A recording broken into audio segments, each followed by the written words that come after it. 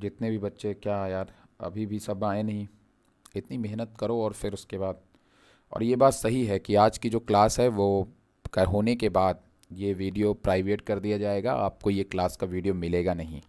तो इतना सभी बच्चे लोग जान ले भाई कि इस क्लास को शुरू से लेकर के लास्ट तक करो। अभी सारे काम को आप ठिकाने लगा दो, ठीक है।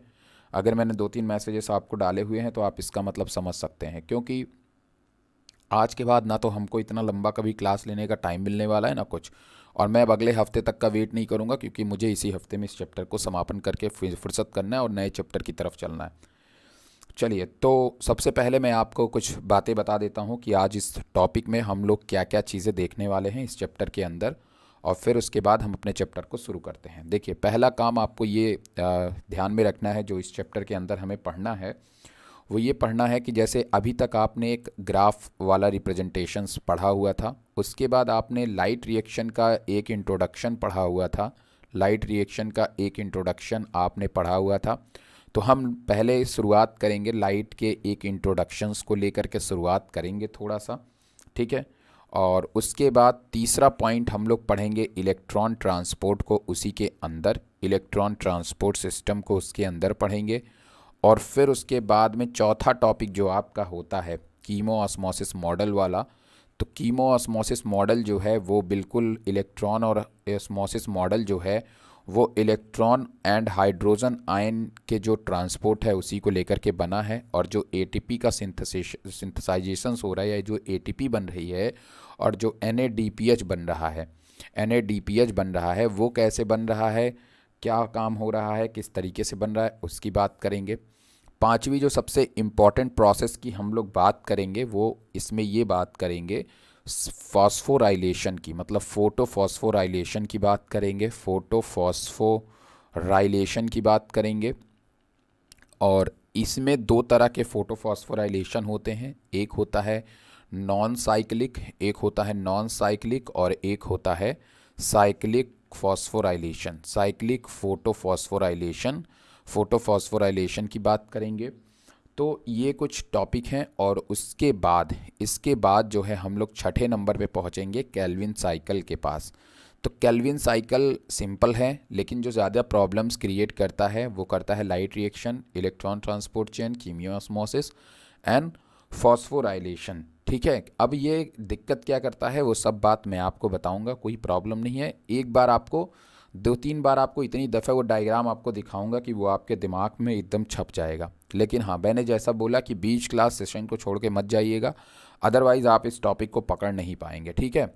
सातवां जो टॉपिक आपका आएगा केल्विन साइकिल के बाद, वो हम लोग बाद में डिस्कस करेंगे। अभी पहले हम जो है आपको बेसिक्स बताना शुरू करेंगे, ठीक है। तो यहाँ पे कीमो ऑस्मोसिस और इलेक्ट्रॉन ट्रांसपोर्ट में देखिए क्या है क्या। आप पहले इस बात को बहुत ही ध्यान समझेंगे। इसमें आपको तीन अपनी एक साइकिल पढ़नी पड़ेगी जिसका नाम है जेड स्कीम साइकिल। कैसी cycle? Z scheme cycle. Z scheme cycle कुछ इस तरीके की दिखने वाली साइकिल है, आपके एनसीईआरटी में बना हुआ है। अब ये जो जेड स्कीम साइकिल आपको दिखाई दे रही है, अब ये जो आपको जेड स्कीम साइकिल दिखाई दे रही है, रुके रहो, शायद कुछ बच्चे आए हुए हैं, एक मिनट रुके रहो, मैसेज करें तो पता चले। अरे फिर से 4 से 2 हो गए 4 से 2 हो गए यार ये तो, ठीक है। तो ये जो जेड स्कीम साइकिल है, वहाँ पे आपने कुछ इस तरह की साइकिल देखी है, जहाँ पे इस जगह पे आपने पिगमेंट सिस्टम 2 की बात की है और इस जगह पे आपने पिगमेंट सिस्टम 1 की बात की है, ठीक है। अब ये जो साइकिल है आपका, एक तो आपको ये स्टेप पढ़नी है, फिर आपको ये स्टेप पढ़नी है, और बीच में आपको ये स्टेप पढ़नी है। यही मेन स्टेप आपको इलेक्ट्रॉन ट्रांसपोर्ट वाले में ध्यान में रखना है, यही बीच वाला स्टेप। यहाँ वाले में तो कोई दिक्कत नहीं है, यहाँ वाले में कोई दिक्कत नहीं, यही बीच वाली जो स्टेप है वही आपके लिए प्रॉब्लम क्रिएट करेगी, यही आपके लिए प्रॉब्लम क्रिएट करेगी, जिसको मैं आपको सिंप्लीफाई करने की कोशिश करूँगा, बताने की कोशिश करूँगा। तो इसीलिए ध्यान से आप लोग इस पहले चीज़ को देखिए। चलिए, तो सबसे पहले देखिए हम शुरू करते हैं, एक बेसिक कॉन्सेप्ट आपको बताएंगे। अभी थोड़ा सा हम लोग इसको बैक कर देते हैं और नई स्लाइड को ले लेते हैं, ठीक है। चलिए, तो ब्लैक कलर ही लेते हैं, थोड़ा सा आँखों पे कम इम्पैक्ट डालता है, ओके। तो ये आपका, अब आप देखेंगे यहाँ पे मैं जो, गुड मॉर्निंग मिधत, लेट मत लगाया करो भाई, देखो इतनी स्लाइड तुमने छोड़ दी। बे यार, यही चीज़ें हमको बहुत प्रॉब्लम क्रिएट हो जाती है। चलिए, तो मतलब हमें इतने टॉपिक के बारे में पढ़ना है। Graph, light introductions, light reaction की इंट्रोडक्शन जो आपने ऑलरेडी पढ़ लिया है, ग्राफ आपने पढ़ लिया है। इलेक्ट्रॉन ट्रांसपोर्ट जो होता है वो आपने देखा, इलेक्ट्रॉन ट्रांसपोर्ट जो है कैसे होगा वो आपको बताया जाएगा। कीमियो ऑस्मोसिस मॉडल उसके बाद हम लोग पढ़ेंगे, जहाँ पे आप इलेक्ट्रॉन और हाइड्रोजन आयन कैसे ट्रांसपोर्ट हो रहा है, एटीपी कैसे बन रहा है, प्रोटॉन मोटिव फोर्स पीएमएफ क्या होता है, NADPH कैसे बन रहा है, ये सब चीज़ों के बारे में जानेंगे। फोटोफॉस्फोराइलेशन में हम लोग को दो प्रोसेस पढ़नी होती है, एक नॉन साइक्लिक और एक साइक्लिक फोटोफॉस्फोराइलेशन, जिस प्रोसेस में आपकी एटीपी जनरेट होगी। और जब इतनी प्रोसेस कर लेंगे तब हमें केल्विन पढ़ना पड़ेगा। मिदत वीडियो को बाद में देख लेना थोड़ा सा 5 मिनट वाला, ठीक है। अभी आप साथ में रह के पढ़ाई करिए, पीछे करके मत पढ़ाई करिए, एकदम खींच के नेटवर्क को आगे करिए। पहले आप पहला काम ये करिए कि जो वो वीडियो चल रहा है ना उसको खींच के लाइव की तरफ ले जाओ। तुम्हारा वीडियो पीछे क्यों चलता है भगवान ही जाने। चलो सबसे पहले चलिए, तो हम अब लेक्चर को स्टार्ट करेंगे, ज़्यादा बात किए बगैर अपने टॉपिक को शुरू करते हैं। तो सबसे पहले देखिए, मैं आपके सामने एक यहाँ पे डायग्राम ड्रॉ जो करने जा रहा हूँ, आप इस सबको बहुत ध्यान से देखेंगे और सभी बच्चे अपनी अपनी कॉपी लेकर के बैठ जाइए। जैसे मैं जो बना रहा हूँ आप लोग बस उसी तरीके से इसको ड्रॉ करिएगा, ठीक है। यहाँ पे मैंने आपके सामने एक लीफ बनाई हुई है, यस डेफिनेटली मैंने आपके सामने एक लीफ ही बनाई हुई है। अब अगर आप इस लीफ को देखेंगे तो मैंने कहा था आपसे कि अगर आप एक लीफ के सेक्शन को कट करते हो तो आपको कुछ ऐसा स्ट्रक्चर दिखाई देगा, ऊपर की तरफ आपको एपिडर्मिस दिखाई देगा। बहुत दफ़े मैंने आपको ये चीज़ बता दी है। बीच की तरफ आपको बड़ी बड़ी कुछ इलोंगेटेड सेल्स दिखाई देंगी, ये वाली सेल्स दिखाई देंगी, और उसके बीच में आपको कुछ गोले गोले स्ट्रक्चर दिखाई देंगे इस तरह के, और इस तरीके के स्ट्रक्चर्स दिखाई देंगे गोले गोले। और उसके बाद बीच में जो है आपको कुछ इस तरीके का एक गोलाकार स्ट्रक्चर दिखाई देगा, और ये गोलाकार स्ट्रक्चर में आपके जाइलम और फ्लोएम दिखाई देंगे, ठीक है। तो ये चीज़ तो मैंने आपको बहुत दफ़े बता दी है कि आप लोग इसको ध्यान में रखिएगा। अब मैंने आपसे कहा था एक चीज़, अगर आपको रिमेंबर होगा तो मैंने आपको ये बात भी बताई हुई है, यहाँ पे भी आप ऐसे ऐसे गोल गोल सी ऐसे इलोंगेटेड सेल्स बना लीजिए कुछ ऐसे, और उसके बाद फाइनली आप जो है इसके पीछे भी आप एपिडर्मिस ऐसे बना लीजिए, ठीक है।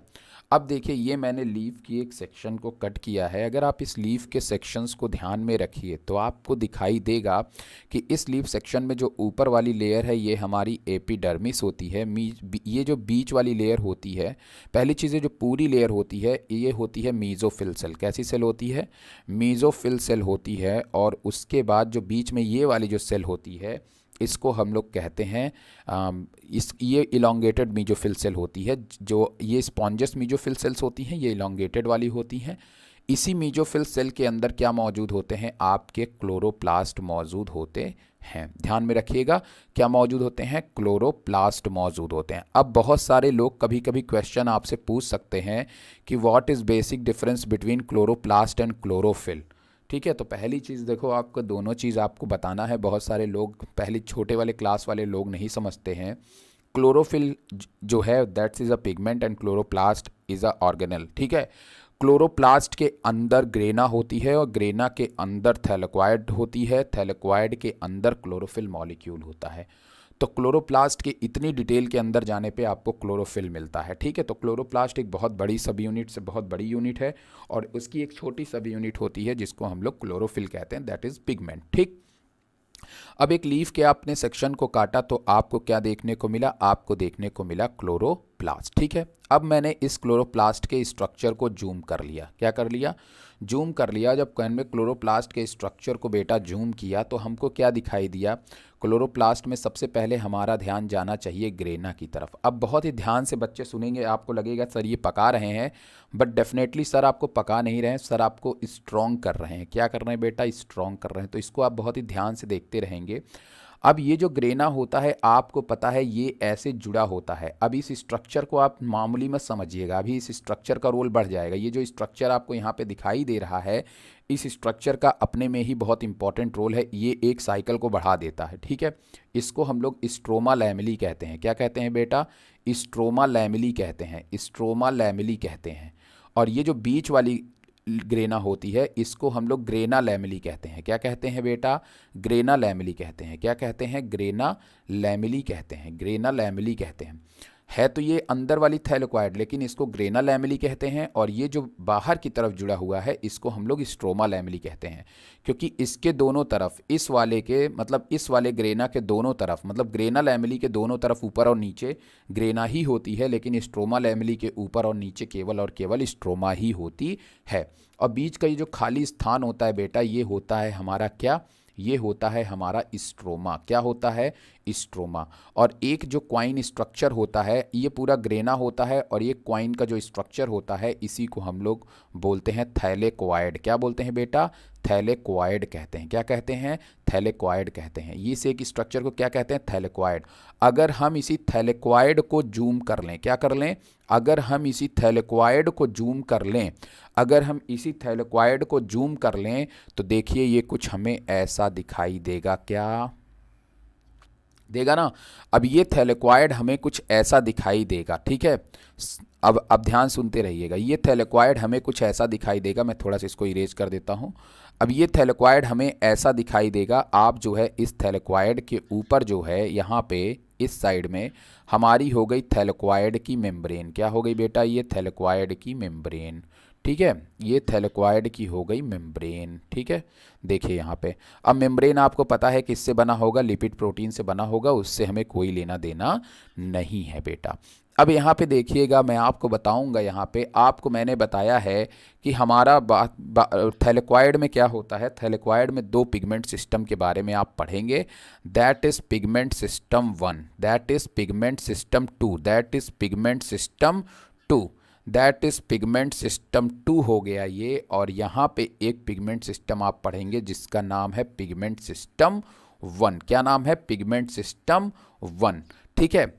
अब दोनों पिगमेंट सिस्टम पे अलग अलग तरह के पिगमेंट होते हैं जो अलग अलग इंटेंसिटी की लाइट को कैप्चर करते हैं, बट दोनों लाइट जो होती है वो क्या होती है? रेड ही होती है। क्योंकि रेड लाइट की अगर हम लोग बात करें वेवलेंथ की, तो रेड लाइट का जो वेवलेंथ होता है वो कहाँ से कहाँ तक होता है?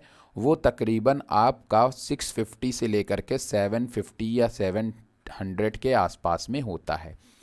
अगर हम नैनोमीटर के आसपास में होता है। इस वाले पिगमेंट सिस्टम का जो वेवलेंथ है, मतलब ये जो कैप्चर इस यहाँ पे जो पिगमेंट होता है वो तकरीबन 680 नैनोमीटर वेवलेंथ की लाइट को एब्जॉर्व करता है, मतलब रेड लाइट को एब्जॉर्व करता है।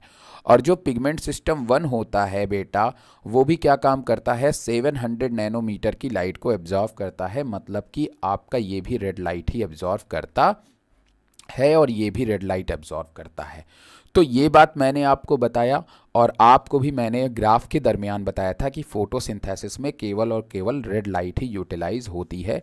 ब्लू लाइट का काम आपका क्रोमोप्लास्ट में देखने को मिलता है, ठीक है। बट अगर आप प्लांट के एब्जॉर्प्शंस की बात करोगे तो वो ब्लू लाइट भी करता है और रेड लाइट भी करता है। That's all. इतनी बात क्या सबको समझ में आ रही है? तो यहाँ पे पिगमेंट सिस्टम है, और इसी पिगमेंट इतने एरिया को हमें बहुत ही डिटेल में पढ़ना है, जिसको आप लाइट रिएक्शन में पढ़ोगे, ठीक है। तो लाइट कहाँ पे आती है? इस रीजन में आती है, थैलेक्वाइड में आ रही है लाइट, ठीक है। ये बात आप पहली चीज़ ध्यान रखेंगे। तो कहाँ पे लाइट आती है? लाइट जो है लीफ के मेसोफिल सेल के अंदर, क्लोरोप्लास्ट के अंदर मौजूद ग्रेना के थैलेक्वाइड में आती है, जहाँ पे क्या होता है? आपका क्लोरोफिल मॉलिक्यूल होता है, इसीलिए वो रेड लाइट को एब्जॉर्व करता है। क्या इतनी बात सभी बच्चे को समझ में आई? जो मैंने अभी आपको बात बताई, क्या सबको समझ में आई? चलिए बताइए भाई, क्या सभी को इतनी बात समझ में आई? इसमें कोई प्रॉब्लम?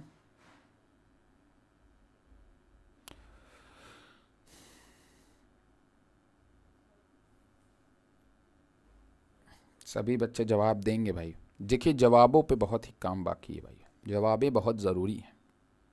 ओके, सानिया आप बताइए। सभी बच्चे बताएंगे, जवाब देंगे, ठीक है। तो ये मैंने आपको एक बेसिक तरीका बताया। अब आप चाहे इसको पिगमेंट सिस्टम बोलो 680 को, चाहे इसको फोटो सिस्टम बोलो। लाइट रिएक्शन कहाँ? लाइट रिएक्शन जो है मीजोफिल सेल के, देखो लाइट रिएक्शन जो हो रही है, आप पहले चीज़ ध्यान दीजिए, लीफ के मीजोफिल सेल के अंदर मौजूद, मीजोफिल सेल में मौजूद क्लोरोप्लास्ट के ग्रेना के थैलेक्वाइड में होती है, ग्रेना के थैलेक्वाइड में होती है, थैलेक्वाइड में होती है। ठीक है, बस इतनी चीज़ आप ध्यान रखिएगा। लीफ में होगी मीजोफिल सेल, मीजोफिल सेल में होगी क्लोरोप्लास्ट, क्लोरोप्लास्ट में होगी ग्रेना, और ग्रेना में होती है लाइट रिएक्शन, बट ग्रेना के कहाँ, थैलेक्वाइड में। ठीक है, सिंपल। तो ये जो आपको एक बेसिक कॉन्सेप्ट ध्यान में रखना है, याद में रखना है, इसको कभी आपको भूलना नहीं है, क्योंकि अब जो आप पढ़ने जा रहे हैं, अब आप केवल इतने पोर्शन के बारे में पढ़ेंगे, इतने पोर्शन के बारे में पढ़ेंगे। ठीक है, क्योंकि अब आपको इन सब चीज़ों से लेना देना नहीं है। ये सब चीज़ें तो आपने सेल बायोलॉजी में भी पढ़ी हुई हैं, सब जगह पढ़ी हुई हैं। मैं अब थैलेक्वाइड के केवल एक छोटे से पोर्शन की बात करने जा रहा हूँ, जहाँ पे लाइट रिएक्शन होगी। अब आप देखिएगा बहुत ही ध्यान से, देखिए इधर, ये है आपकी एक थैलेक्वाइड मेम्ब्रेन। क्या है, थैलेक्वाइड की मेम्ब्रेन है। आप सबको दिखाई दे रहा है थैलेक्वाइड मेम्ब्रेन, सभी को बढ़िया से। ये है आपकी एक थैलेक्वाइड की मेम्ब्रेन, देख रहे हैं ना, यही चीज़ है आपकी, सेम वही चीज़ है, सेम वही चीज़ है जो आपने पीछे देखा, ये यही चीज़ है, सेम यही चीज़ है, वो सेम यही चीज़ है। ये क्लोरोप्लास्ट नहीं है, ये थैलेक्वाइड की मेम्ब्रेन है। समझ रहे हो ना मेरी बात, तो आप इसको ध्यान में रखिएगा। अब ये आपकी थैलेक्वाइड की मेम्ब्रेन है, जो आपके एनसीईआरटी में भी बना हुआ है बिल्कुल इस तरीके का, लेकिन मैंने आपको यहाँ पे दिखाया हुआ है इस तरीके का। दोनों डायग्राम सेम है, दोनों में कोई डिफरेंस नहीं है। देखिए यहाँ पे भी वाटर मॉलिक्यूल टूट रहा है, देखिए यहाँ पे भी वाटर मॉलिक्यूल टूट रहा है, देखिए यहाँ पे पिगमेंट सिस्टम 2 है, देखिए यहाँ पे भी पिगमेंट सिस्टम 2 है, that is pigment system 2, that is pigment system 2, that is pigment system 2, that is pigment system 1। ठीक है, दोनों चीज़ें हैं, सेम टू सेम है। उसके बाद यहाँ पे आपको प्लास्टोक्यूनॉन दिखाई दे रहे हैं, यहाँ पे PQ लिखा हुआ है ना, प्लास्टोक्यूनॉन। यहाँ पे आपको आपके डायग्राम में, यहाँ पे आपके एनसीईआरटी में शायद प्लास्टोक्यूनॉन ना मेंशन हो, मुझे नहीं पता है। वैसे ये डायग्राम जो है एनसीईआरटी से ही जैसा लग रहा है, तो आप बिल्कुल टेंशन मत लीजिएगा। ठीक है, तो सारी चीज़ें वही हैं आपकी। अब मैं आपको थोड़ा सा एक्सप्लेनेशन बताता हूँ, तो अब आप लोग एकदम ध्यान से सुनेंगे, बहुत ही ध्यान से सुनेंगे और अच्छी तरीके से इसको ध्यान में देंगे। मैं इस डायग्राम को अभी ऐसे ही रख दे रहा हूँ, मुझे इससे कोई मतलब नहीं है। मैं इसको बताने से अच्छा है कि मैं आपको अपने तरीके से बताऊं। ठीक है, अब आप मेरे तरीके से चीज़ों को सुनिएगा। ठीक है, मेरे तरीके से चीज़ों को सुनिएगा। चलिए, सभी बच्चे बहुत ही अच्छी तरह से ध्यान देंगे। मैं अभी उस डायग्राम पे आऊँगा, लेकिन पहले आपको मेंटली प्रिपेयर करना है। ठीक है, मैंने कहा कि आपका एक बहुत बड़ा सा थैलेक्वाइड की मेम्ब्रेन है। ठीक है, मैं थैलेक्वाइड की मेम्ब्रेन को ऐसे से डॉट डॉट करके ड्रॉ कर दे रहा हूँ, ताकि आपको थोड़ा सा अंडरस्टैंडेबल हो। ये आपकी एक थैलेक्वाइड की मेम्ब्रेन है, आप सब लोग इसको जानते हैं। ठीक है, ये थैलेक्वाइड की मेम्ब्रेन है, आप लोग इसको ध्यान में रखिएगा। ठीक है, मैंने आपसे कहा कि भाई अगर आप एक पिगमेंट सिस्टम बनाते हो, तो आप पिगमेंट सिस्टम में क्या देखते हो, मैंने क्या बताया था, आप देखते हो कि पिगमेंट सिस्टम के चारों तरफ कुछ एसेसरी पिगमेंट होते हैं। क्या होते हैं, एसेसरी पिगमेंट होते हैं, और बीच में एक कोर मॉलिक्यूल होता है। क्या होता है बेटा, एक कोर मॉलिक्यूल होता है बिल्कुल बीचों बीच, जिसको आप क्या क्लोरोफिल ए बोल सकते हो, यस डेफिनेटली बोल सकते हो, जिसको आप CHL-A बोलो या फिर क्लोरोफिल ए बोलो। इसके अगल बगल जो एसेसरी पिगमेंट हैं वो कुछ भी हो सकते हैं, कैरोटिनॉइड हो सकते हैं, जेंथोफिल हो सकते हैं, वो कुछ भी हो सकते हैं, उससे हमें कोई लेना देना नहीं है। ये भी हमारे ये हमारे एंटीना पिगमेंट होते हैं या एसेसरी पिगमेंट होते हैं, इनको आपको ध्यान में रखिएगा। एंटीना मॉलिक्यूल भी इनको हम कह सकते हैं, इसलिए कहते हैं क्योंकि ये लाइट को कैप्चर करते हैं। जैसे एंटीना कैप्चर करता है किसी चीज़ को, उसी तरह ये भी लाइट को कैप्चर करते हैं। तो ये बगल में थैलेक्वाइड की मेम्ब्रेन आपको दिखाई दे रही है, ये वाला एरिया पूरा थैलेक्वाइड की मेम्ब्रेन है, और बीच वाला जो एरिया मैंने बनाया हुआ है दैट इज़ पिगमेंट सिस्टम 2। ये क्या है, पिगमेंट सिस्टम 2 है। पिगमेंट सिस्टम 2 जो है वो 680 नैनोमीटर की लाइट को एब्जॉर्ब करेगा। ठीक है, 680 नैनोमीटर की लाइट को एब्जॉर्व करेगा। कोई बच्चा हिलेगा नहीं, वरना नुकसान करेगा अपना भाई। सीधी सी बात मैं फिर से बता दे रहा हूँ, मैं कभी फिर दोबारा इस वीडियो को नहीं दिखाऊंगा। अब यहाँ पे आप देखेंगे कि अब देखिए, मैंने कहा था पिगमेंट सिस्टम 2 पे क्या होता है। पिगमेंट सिस्टम 2 पे मैंने कहा पिगमेंट सिस्टम 2 पे मैंने आपसे कहा कि पिगमेंट सिस्टम 2 पे मैंने आपसे कहा था कि यहाँ पे वाटर मॉलिक्यूल का ब्रेकडाउन होता है। यहाँ पे क्या क्या होता है, यहाँ पे सबसे पहले जो रूट से वाटर एब्जॉर्व किया जाता है वो वाटर आता है, वो वाटर यहाँ पे आता है, वो वाटर आता है, मान लो 2H2O मॉलिक्यूल यहाँ पे आया। कितना वाटर मॉलिक्यूल आया, 2 वाटर मॉलिक्यूल यहाँ पे आया। और बगल से पड़ रही थी सनलाइट, क्या आ रही थी बेटा, सनलाइट। इस सनलाइट जो है पड़ा हमारे क्लोरोफिल, यही पिगमेंट, एसेसरी पिगमेंट पे पड़े, लाइट ने जो है पड़ा। तो जब ये लाइट पड़ा तो यहाँ पे जो वाटर मॉलिक्यूल आया हुआ था क्लोरोफिल मॉलिक्यूल, क्लोरोफिल के पास में, उस वाटर मॉलिक्यूल का ब्रेक डाउन हो गया। क्या हो गया बेटा, उस वाटर मॉलिक्यूल का ब्रेक डाउन हो गया। और ये वाटर मॉलिक्यूल ब्रेक हो गया कितने में, 4 हाइड्रोजन आयन में, प्लस प्लस प्लस प्लस कितने ऑक्सीजन, 1 ऑक्सीजन मॉलिक्यूल में, और एक आपके 4 इलेक्ट्रॉन बाहर निकले इससे। अब कई किताब आपका एक वाटर मॉलिक्यूल दिखाती हैं और यहाँ पे हाफ O2 लिखती हैं, लेकिन मैं ये नहीं करूँगा। मैं यहाँ पे आपको कितने ऑक्सीजन दिखा रहा हूँ, मैं यहाँ पे 2 दिखा रहा हूँ। आपकी एनसीईआरटी जो कहती है आप उसको फॉलो करिएगा, लेकिन जो सही तरीका है वो ऐसा ही है। समझ रहे हो कि नहीं मेरी बात, क्योंकि इससे आपको चीज़ें बहुत ही सिंप्लीफाई हो जाएंगी, इसीलिए आप इसको बहुत ही ध्यान से देखेंगे। इसीलिए मैंने आपको कोई डायग्राम पहले नहीं दिखाया, क्योंकि जो आप एकदम, आपको कोशिश कर रहा हूँ कि एकदम स्कूल वाला माहौल देने की, ताकि आपको बोर्ड वाइज ही सारी चीज़ दिखाऊँ, ठीक है। अब यहाँ पे अगर आप देखिए तो हमने क्या किया कि इसी चीज़ को, अब ये चीज कर कौन रहा है, लाइट हार्वेस्टिंग कॉम्प्लेक्स। कौन कर रहा है, लाइट हार्वेस्टिंग कॉम्प्लेक्स, जो लाइट को क्या कर रही है, एब्जॉर्व कर रही है। तो इसी चीज को हम लोग बोलते हैं LHC, और इसी चीज को हम लोग बोलते हैं फोटोलिसिस ऑफ वाटर। क्या बोलते हैं, फोटोलिसिस ऑफ वाटर, या स्प्लिटिंग ऑफ वाटर, या स्प्लिटिंग ऑफ वाटर। एक मिनट, सॉरी, ओके, तो एक मिनट रुके रहो। हाँ, या इसी को हम लोग बोलते हैं स्प्लिटिंग ऑफ वाटर, जो आपके एनसीईआरटी में दिया हुआ है। तो photolysis of water and splitting of water भी हम इसको बोल सकते हैं, ठीक। अब उसके बाद क्या हुआ कि जब यहाँ पे वाटर मॉलिक्यूल टूटा, तो ये यहाँ हो रहा है, ये सब रिएक्शन यहाँ हो रहा है, आप इसको ध्यान में रखिएगा, यहाँ मैंने दिखाया हुआ है लिख के। जब ये टूटा तो यहाँ से जो इलेक्ट्रॉन था, लाइट पड़ने से इलेक्ट्रॉन एक्साइटेड हो गया, चार्ज हो गया। यहाँ से जो लाइट आती है, मैंने कहा था वो पैकेट के फॉर्म में आती है, उस पैकेट को हम लोग फोटॉन कहते हैं। क्या कहते हैं बेटा, फोटॉन कहते हैं, जो हमारे इलेक्ट्रॉन को चार्ज अप कर देता है, एक्साइटेड कर देता है। तो जो इलेक्ट्रॉन, आप केमिस्ट्री में ध्यान में रखिएगा कि जो इलेक्ट्रॉन खूब ढेर सारा एक्साइटेड हो जाता है, मैं पहले मेम्ब्रेन को थोड़ा सा और डार्क कर दूं ताकि आपको मेम्ब्रेन समझ में तो आए। जो आपका, देखिए, जो आपका इलेक्ट्रॉन जब चार्ज हो जाता है तो इलेक्ट्रॉन अपने ऑर्बिट को छोड़ करके बाहर कूद जाता है।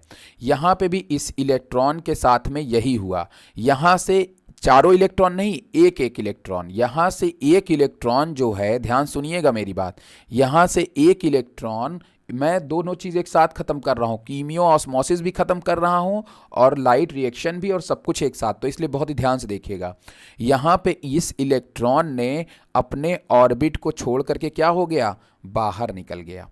और जब यहाँ पे ये अपने ऑर्बिट को छोड़ करके बाहर निकला तो इस इलेक्ट्रॉन को एक्सेप्ट करेगा एक दूसरा मॉलिक्यूल, एक दूसरा मॉलिक्यूल इसको एक्सेप्ट करेगा।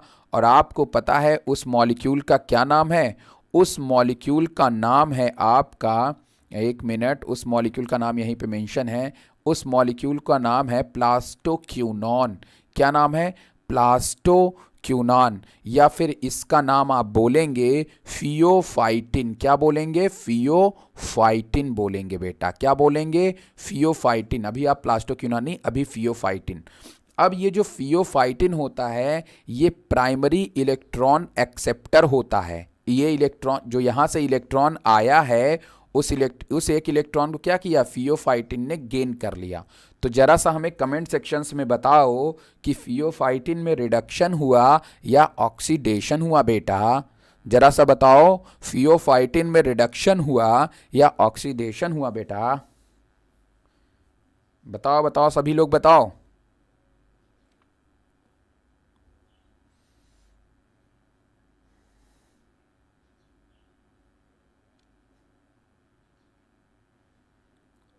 चलिए बताइए भाई। मार खाओगे तुम, ऑक्सीडेशन हुआ, देखो लड़की को। सभी लोग बताओ यार।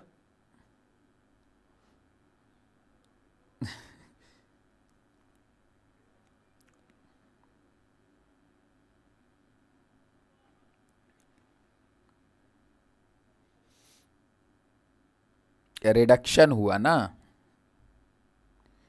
ठीक है, तो यही चीज़ मैं आपको बता रहा हूँ कि हर जगह जो है यहाँ पे केमिस्ट्री आपकी आएगी। ठीक है, समझ रहे हो ना खुशबू, तो ध्यान में रखिएगा। तो इसने इलेक्ट्रॉन को एक्सेप्ट किया, इसलिए इसके ऊपर एक निगेटिव चार्ज आया, तो दैट इज़ फियोफाइटिन, जो प्राइमरी इलेक्ट्रॉन एक्सेप्टर होता है। इसने इलेक्ट्रॉन को एक्सेप्ट किया और उस इलेक्ट्रॉन को ट्रांसफ़र कर दिया एक दूसरे प्रोटीन कॉम्प्लेक्स के पास में, जिसका नाम था प्लास्टोक्यूनॉन। क्या नाम था बेटा? प्लास्टोक्विनॉन, क्विनॉन। अगर आप ध्यान दीजिए तो इसको हम लोग बोलते हैं अपहिल, क्योंकि ये इलेक्ट्रॉन ऊपर की तरफ जा रहा है, इसलिए इसको बोलते हैं अपहिल। और ये नीचे की तरफ जा रहा है, इसको बोलते हैं डाउन हिल। क्या बोलते हैं? डाउन हिल बोलते हैं, क्योंकि आपके एनसीईआरटी में इस वर्ड को यूज़ किया गया है। ठीक है, तो ये ऊपर जा रहा है इलेक्ट्रॉन फियोफाइटिन के पास में, अपहिल रिएक्शन है, और ये डाउनहिल रिएक्शन है। तो अब ये इलेक्ट्रॉन जो फियोफाइटिन के पास था वो चला आया प्लास्टोक्यूनॉन के पास, पीक्यू के पास। अब जो प्लास्टोक्यूनॉन है, तो एक बात बताओ बेटा, इसने इलेक्ट्रॉन को क्या कर दिया? रिलीज कर दिया सर। तो जब रिलीज कर दिया तो इसमें क्या हो गया? ऑक्सीडेशन हो गया सर।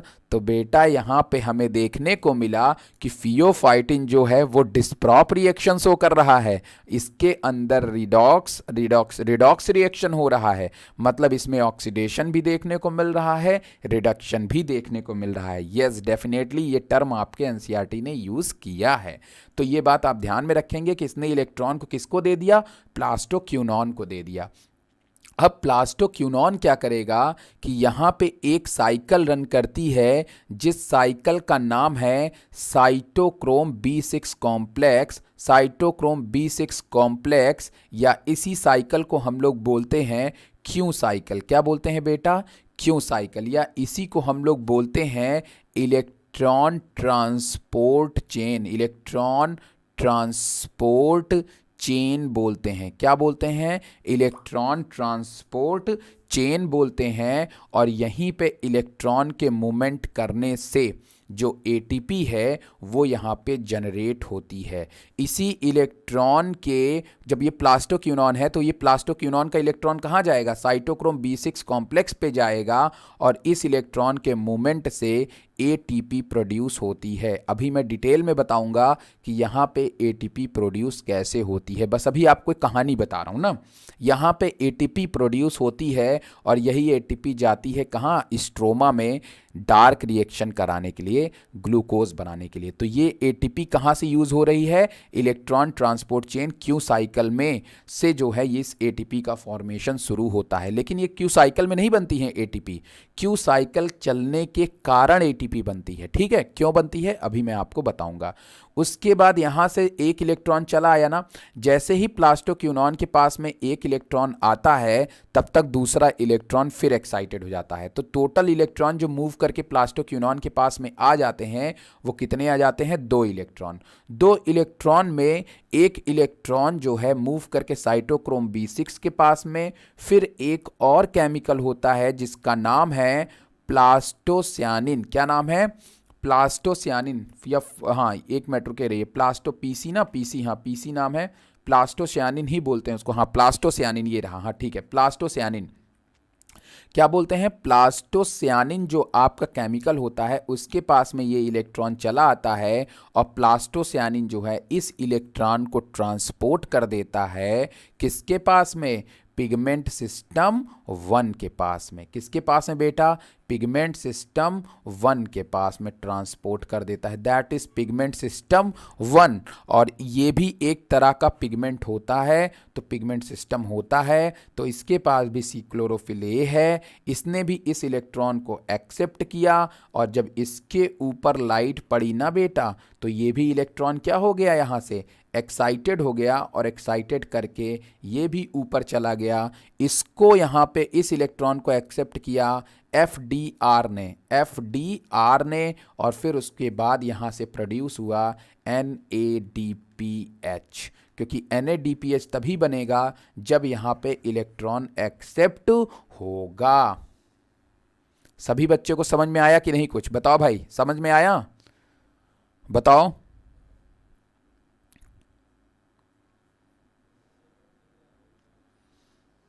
समझ में आया? मिधत आप भी जवाब दीजिए। मिधत, खुशबू, सानिया, काजल, सब लोग जवाब दीजिए भाई, जवाब दीजिए आप लोग। और अभी डिटेल बची हुई है, अभी इंपॉर्टेंट चीज़ सबसे ज़्यादा बची हुई है, इसलिए ये आना बहुत ज़रूरी है। सभी को समझ में आया कि नहीं?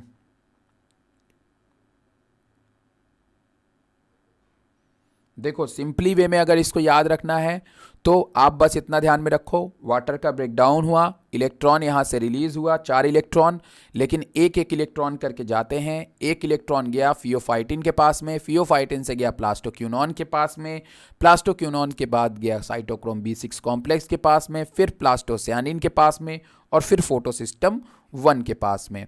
और फोटोसिस्टम 1 700 नैनोमीटर की लाइट को एब्जॉर्व करता है। जब इलेक्ट्रॉन यहाँ पे चला आया और इसके ऊपर लाइट पड़ी, तो लाइट पड़ने से ये इलेक्ट्रॉन फिर एक्साइटेड हो गया और ये चला गया FDR के पास, और FDR ने, या फेरोडॉक्सिन बोलते हैं इसको फेरोडॉक्सिन बोलते हैं।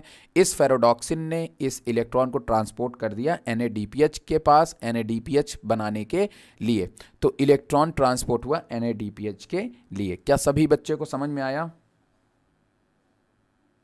हाँ, ये पूरा मेम्ब्रेन में होता है, सब कुछ मेम्ब्रेन में होता है, ठीक है। यहां पे ध्यान दीजिए, देखिए ये देखिए, यहां पे देखिए, ये देखिए, ये पूरा मेम्ब्रेन दिख रहा है ना। ये देखिए, ये क्या है बेटा? पिगमेंट सिस्टम 1 है ना, देखो इधर, यही तो इसीलिए तो मैं पहले बताया आपको। ये देखिए पिगमेंट सिस्टम 2 है, फिर ये साइटोक्रोम B6 कॉम्प्लेक्स है जो मैंने आपको बताया, और ये देखो ब्लू ब्लू कलर का क्या है? यही तो इलेक्ट्रॉन है। देखो यहाँ से इलेक्ट्रॉन आया, फिर ये इलेक्ट्रॉन B6 के पास गया, फिर प्लास्टोसियानिन के पास गया, फिर उसके बाद पिगमेंट सिस्टम 1 के पास चला गया, और फिर यही इलेक्ट्रॉन चला गया NADPH बना लिया।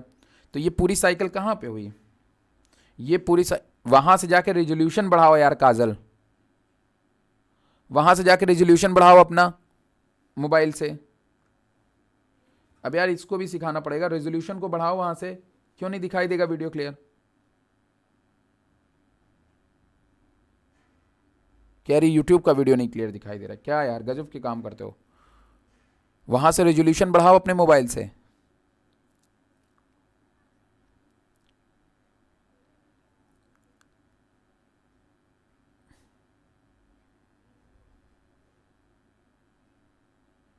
फोर 480 करे, 480 तो दुनिया के कोने में चल जाता है यार, 480 पे क्या दिक्कत है? 480 तक तो होता ही है ना। 480 पिक्सल पे करो वीडियो को। चलो, तो एकदम सिंपली तरीके से आप इसको समझ सकते हो। समझ में आया? खुशबू, सानिया, सब लोग बताओ भाई, समझ में आया कि नहीं आया? पहले बताओ, इतनी बात समझ में आई? अब देखो NCERT के लिए इतनी बात इनफ है, NCERT के लिए इतनी बातें इनफ है, ठीक है।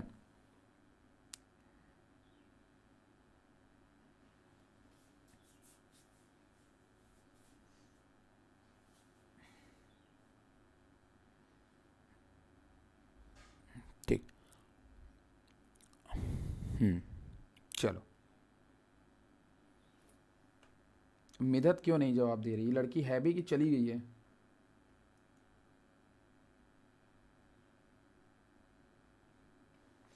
मिधत हो तो जवाब दो, परसों नरसों में आ जाएगा जवाब मेरे पास, टेंशन मत लो। चलिए, तो यहाँ पे आप इसको ध्यान में रखिएगा कि ये साइकिल आपको याद में रखनी है, रिमेंबर रखनी है। ये आपका बेसिक साइकिल है। बेसिक साइकिल मतलब आपको बस इलेक्ट्रॉन बता रहा है। अब मैं आपसे किस प्रोसेस के बारे में बात करूंगा, अब मैं आपसे यहाँ के बारे में बात करूंगा कि यहाँ पे हो क्या रहा है।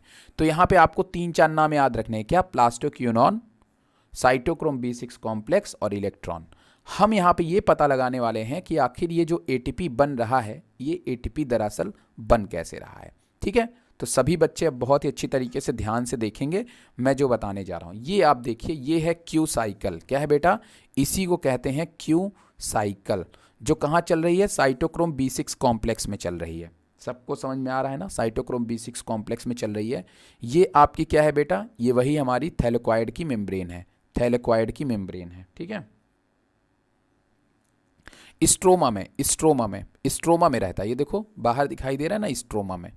ठीक है, हाँ स्ट्रोमा में रहता है, इसको ध्यान में रखिएगा। चलिए अब देखिए यहाँ पे इस डायग्राम को देखिए, इसको मैंने मर्ज करके बनाया हुआ है, इसलिए आपको इस डायग्राम को अच्छी तरीके से देखना है।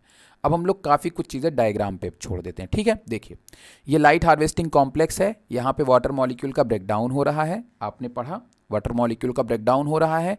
इलेक्ट्रॉन देखो जा रहा है इलेक्ट्रॉन। प्राइमरी इलेक्ट्रॉन एक्सेप्टर कौन था बेटा, फियोफाइटिन था। इलेक्ट्रॉन पहुंच गया फियोफाइटिन के पास में, पहुंच गया इलेक्ट्रॉन, और फिर फियोफाइटिन से वो कहाँ जाता है बेटा, यहाँ पे मौजूद होता है प्लास्टोक्यूनॉन, दैट इज प्लास्टोक्यूनॉन। अब 1 मिनट रुके रहिएगा, प्लास्टोक्यूनॉन को मैं आपको दिखा देता हूँ, 1 मिनट रुके रहिएगा। ओके, अरे क्या हो गया भाई, भैया 1 मिनट रुके रहो।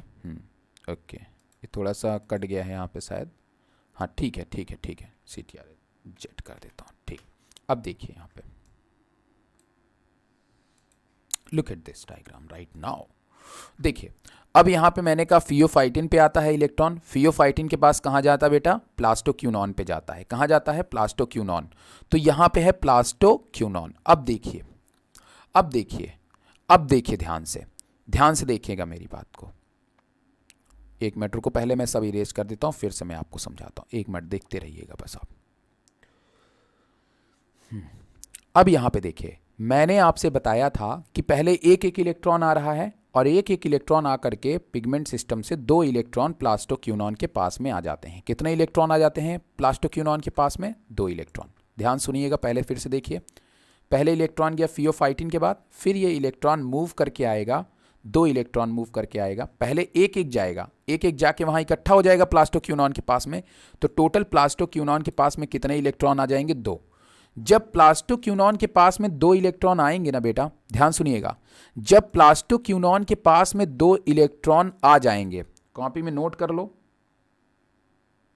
हाँ, लाइट हार्वेस्टिंग कॉम्प्लेक्स के पास जो प्लास्टोक्यूनॉन के पास में जब 2 इलेक्ट्रॉन आ जाएंगे, look at this symbol right now. यहां पे रेड कलर का जो सिंबल है वो इलेक्ट्रॉन को शो कर रहा है, और ब्लू कलर का जो सिंबल है वो हाइड्रोजन आयन को शो कर रहा है। यहां पे बेटा बात को समझना, यही आपका कीमिया ऑस्मोसिस मॉडल है। ध्यान सुनिएगा कि एटीपी बन कैसे रहा है, कैसे बनता है एटीपी। एटीपी को बनने के लिए प्रोटॉन चाहिए। प्रोटॉन बोले तो हाइड्रोजन आयन को ही क्या बोलते हैं, प्रोटॉन कहते हैं। बट प्रोटॉन का कंसंट्रेशन हाई होगा तभी जो है आपका ये ध्यान में रखिएगा कि एटीपी बनेगा। लेकिन हमारे पास में केवल प्रोटॉन कितने हैं, 2 ही हैं, और हमें प्रोटॉन बहुत ज़्यादा चाहिए। क्या चाहिए, तकरीबन 12 प्रोटॉन चाहिए। हमने बताया आपके पास में प्रोटॉन कितने थे, 4 हाइड्रोजन आयन, मतलब 2 वाटर मॉलिक्यूल तोड़ेंगे तो 4 हाइड्रोजन आयन है। लेकिन 4 हाइड्रोजन आयन से आपका एटीपी नहीं बन सकता है। उसके लिए आपको क्या चाहिए, ज़्यादा हाइड्रोजन आयन चाहिए। तो उसी हाइड्रोजन आयन को हम क्या करते हैं, स्ट्रोमा से एब्जॉर्ब करते हैं। लेकिन स्ट्रोमा से उस हाइड्रोजन आयन के आने के लिए, स्ट्रोमा से उस हाइड्रोजन को आयन को लाने के लिए हमें कुछ चाल चलनी पड़ती है। क्या चाल चल रहा है, ध्यान सुनो, अभी ध्यान से बस सुनते रहो। कूल डाउन, दिमाग को कूल रखो, आराम से, मैं भी आराम से 11th वाले पढ़ रहे हैं, चलो देखिए। अब देखो यहाँ पर ध्यान दो, मैंने आपसे कहा कि इलेक्ट्रॉन गया फियोफाइटिन के पास में, 1 इलेक्ट्रॉन पहले गया, ठीक। फियोफाइटिन ने इस इलेक्ट्रॉन को ट्रांसपोर्ट कर दिया प्लास्टोक्यूनॉन के पास में, पीक्यू के पास में। प्लास्टोक्यूनॉन के पास में कितना इलेक्ट्रॉन, 1। तो फियोफाइटिन के पास कितना इलेक्ट्रॉन बचा, 0। तो ये फिर से क्या करेगा, 1 इलेक्ट्रॉन ले लेगा ना, ले लेगा, और फिर इस इलेक्ट्रॉन को किसके पास भेज देगा, प्लास्टोक्यूनॉन के पास। तो अब प्लास्टोक्यूनॉन के पास कितने हो गए इलेक्ट्रॉन, 2। जैसे ही यहां पे 2 इलेक्ट्रॉन होते हैं, ये प्लास्टोक्यूनॉन जो है स्ट्रोमा से तुरंत हाइड्रोजन आयन अंदर आता है, क्योंकि there is a negative charge and outer positive charge, the more positive charge come inside the thylakoid membrane. मतलब कि यहां पे जब निगेटिव चार्ज गया तो ऊपर से पॉजिटिव चार्ज प्रोटॉन जो है अंदर की तरफ, स्ट्रोमा में जो अंदर बाहर की तरफ जो स्ट्रोमा में हाइड्रोजन आयन था, अब बोलोगे सर यहां कैसे आया, वो भी बताऊंगा। अब ये हाइड्रोजन आयन जो बाहर की तरफ था वो अंदर आ गया, थैलेकोइड के मेम्ब्रेन में आ गया, और थैलेकोइड के मेम्ब्रेन में आके क्या बना लिया, प्लास्टोक्यूनॉन को बदल दिया PQH2 में। किसमें बदल दिया बेटा, PQH2 में बदल गया। किसमें बदल दिया, PQH2 में बदल दिया। और केवल ये प्लास्टोक्यूनॉन किस लिए था, हमारे हाइड्रोजन आयन को अंदर लाने के लिए। तुरंत ये PQH2 में बदल गया, और ये PQH2 जो है इस हाइड्रोजन आयन को लेके गया। इलेक्ट्रॉन चल रहा है, इलेक्ट्रॉन इसके साथ में है, 2 इलेक्ट्रॉन इसके साथ में है, कोई पंगा नहीं लेना, इलेक्ट्रॉन हमें ध्यान नहीं रखना है। देखो रेड वाला सिंबल है ना इसके साथ में, देखो रेड कलर भी है और ब्लू कलर भी है, मतलब अभी इलेक्ट्रॉन और प्रोटॉन दोनों है इसके साथ में। ये आया, इसने H2 को क्या कर दिया, ल्यूमेन में डाल दिया। ये क्या है बेटा, ल्यूमेन है ना, और नीचे क्या है, ल्यूमेन, ऊपर क्या है, स्ट्रोमा है कि नहीं। इसने PQH2 क्या कर दिया, अंदर डाल दिया। चलो चलो चलो चलो चलो अंदर चलो, अंदर कर दिया इसने, ठीक है।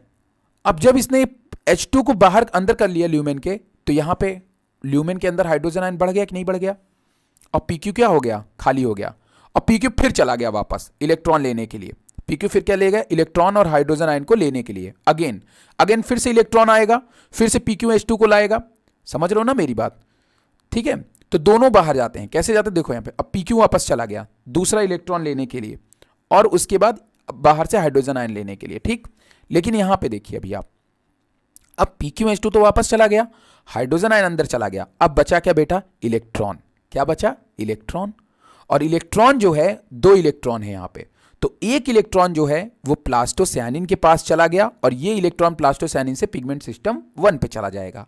और एक इलेक्ट्रॉन जो है वो Q साइकिल में क्या हो जाएगा, इसी को तो बोलते हैं साइकिल। क्या इसी को बोलते हैं साइकिल। देखो एक इलेक्ट्रॉन जो है वापस साइटोक्रोम Bl, साइटोक्रोम BH और साइटोक्रोम B6, कॉम्प्लेक्स वर्ड कहां पे आता है, जहां पे बहुत सारी चीजें एक साथ हों। तो देखो इसमें कितने साइटोक्रोम है, Bl, BH, ये सब क्या है, साइटोक्रोम है। ये दोबारा साइटोक्रोम से होते हुए ये इलेक्ट्रॉन वापस लौट के पहुंच जाता है प्लास्टोक्यूनॉन के पास में, क्योंकि यहां पे प्लास्टोक्यूनॉन है ना। अब देखो ये दोबारा पहुंच गया प्लास्टोक्यूनॉन के पास में कि नहीं पहुंच गया, यस सर पहुंच गया सर। अब फिर से प्लास्टोक्यूनॉन जो है इलेक्ट्रॉन लेगा, हाइड्रोजन आयन लेगा, एक इलेक्ट्रॉन यहां से ले लिया और एक इलेक्ट्रॉन यहां से ले लिया। कितना इलेक्ट्रॉन, 2 इलेक्ट्रॉन सर। फिर से यही साइकिल चलेगी, फिर एक इलेक्ट्रॉन जाएगा, फिर ये रिवर्स करेगी, कि मतलब एक इलेक्ट्रॉन को ये खर्च कर रहा है, पिगमेंट सिस्टम 2 को दे रहा है, और कितने हाइड्रोजन आयन बना रहा है, 2 हाइड्रोजन आयन बना रहा है। कितने हाइड्रोजन आयन बना रहा है, 2 हाइड्रोजन आयन। तो मुझे जरा सा एक बात ये बताओ कि अगर एक इलेक्ट्रॉन को ये दे करके, पिगमेंट सिस्टम 1 को दे करके 2 हाइड्रोजन आयन बना रहा है, तो 4 इलेक्ट्रॉन दे के कितने बना लेगा sir, 8 hydrogen ion sir. Definitely 8 hydrogen ion बनाएगा।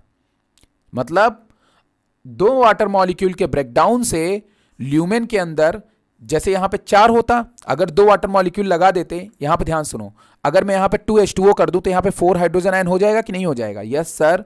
तो कितने, अब जब एक वाटर मॉलिक्यूल से टोटल 4 हाइड्रोजन आयन बनते, यहां पे 4 हाइड्रोजन आयन आते, तो जरा सा बताओ 2 वाटर मॉलिक्यूल से 8 हाइड्रोजन आयन यहां पे और 4 हाइड्रोजन आयन यहां पे, तो टोटल कितने हाइड्रोजन आयन यहां पे बन रहे हैं, 12 हाइड्रोजन आयन। फिर से सुनिए, मैं ध्यान से सुनिए, एक बार फिर से सुनिए, आपको सारी बातें क्लियर हो जाएंगी। मैं एक बार अगेन रिप्लाई कर रहा हूं, मैं एक बार अगेन आपको बता रहा हूं, रिप्ले कर रहा हूं, रिकैप कर रहा हूं, आप ध्यान से सुनिएगा। मैंने कहा मैंने यहां पे 2H2O को तोड़ा और यहां पे पहले 4H+ हमको मिला, ठीक, और साथ में इलेक्ट्रॉन भी मिला, 4 इलेक्ट्रॉन मिला, ठीक। मैंने कहा था पिगमेंट सिस्टम में 4 इलेक्ट्रॉन डायरेक्ट नहीं जाएंगे, हमेशा एक एक इलेक्ट्रॉन जाएगा, बताया था मैंने आपको पहले भी। तो एक इलेक्ट्रॉन यहां से गया, फियोफाइटिन ने इसको क्या किया, एक्सेप्ट किया यहां पे, और फियोफाइटिन ने अपने इलेक्ट्रॉन को, मैंने कहा फियोफाइटिन क्या हो जाएगा, रिडक्शन हो जाएगा, फिर ये अपने इलेक्ट्रॉन को ट्रांसफर कर देगा दूसरे मॉलिक्यूल के पास में, दूसरे प्रोटीन के पास में, जिसका नाम है प्लास्टोक्यूनॉन। प्लास्टोक्यूनॉन के पास जैसे ही ये इलेक्ट्रॉन को ट्रांसपोर्ट करेगा, प्लास्टोक्यूनॉन के पास ऑलरेडी एक इलेक्ट्रॉन होगा और एक इलेक्ट्रॉन और यहाँ पे आएगा तो उसके पास टोटल 2 इलेक्ट्रॉन हो जाएगा। क्योंकि मान लो पहला इलेक्ट्रॉन गया है प्लास्टोक्यूनॉन के पास में, कोई बात नहीं, जब प्लास्टोक्यूनॉन के पास में पहला इलेक्ट्रॉन गया था तो फियोफाइटिन खाली हो गया, एक इलेक्ट्रॉन और गया।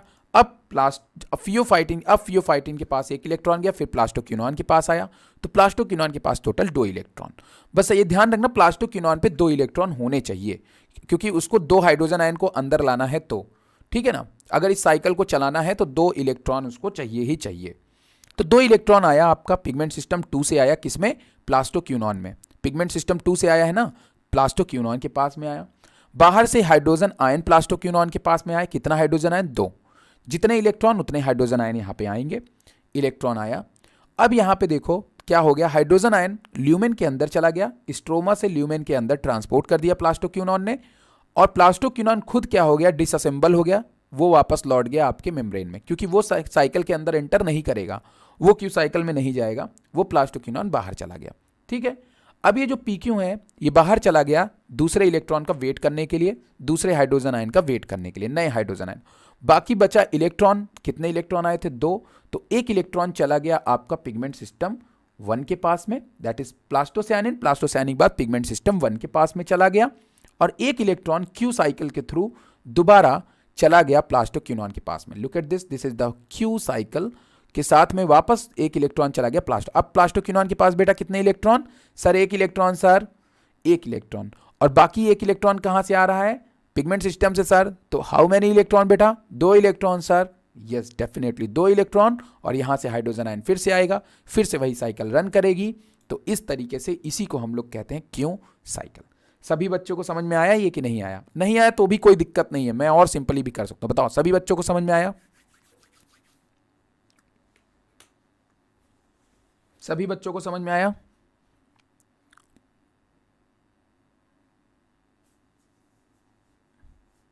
और ये सब जो आपको दिखाई दे रहे हैं दैट इज ऑल साइटोक्रोम, ये सब साइटोक्रोम है, cytochrome BS, cytochrome BL, cytochrome F, RFAS, ये सब आपके, ठीक है। तो इसको ध्यान रखिएगा। सभी बच्चों को समझ में आया कि नहीं आया, पहले हमें जवाब दो भाई, तभी हम आगे बढ़ेंगे। अब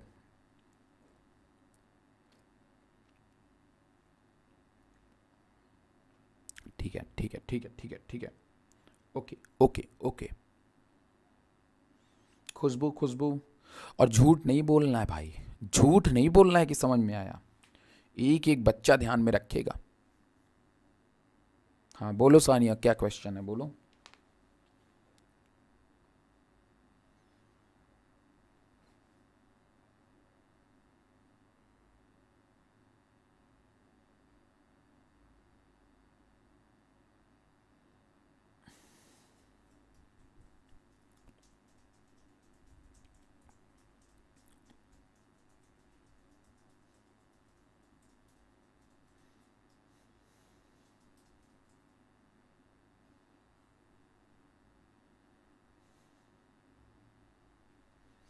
अरे बड़ा लेट आता है यार तुम लोग का क्वेश्चन, मुझे कितना वेट करना पड़ता है।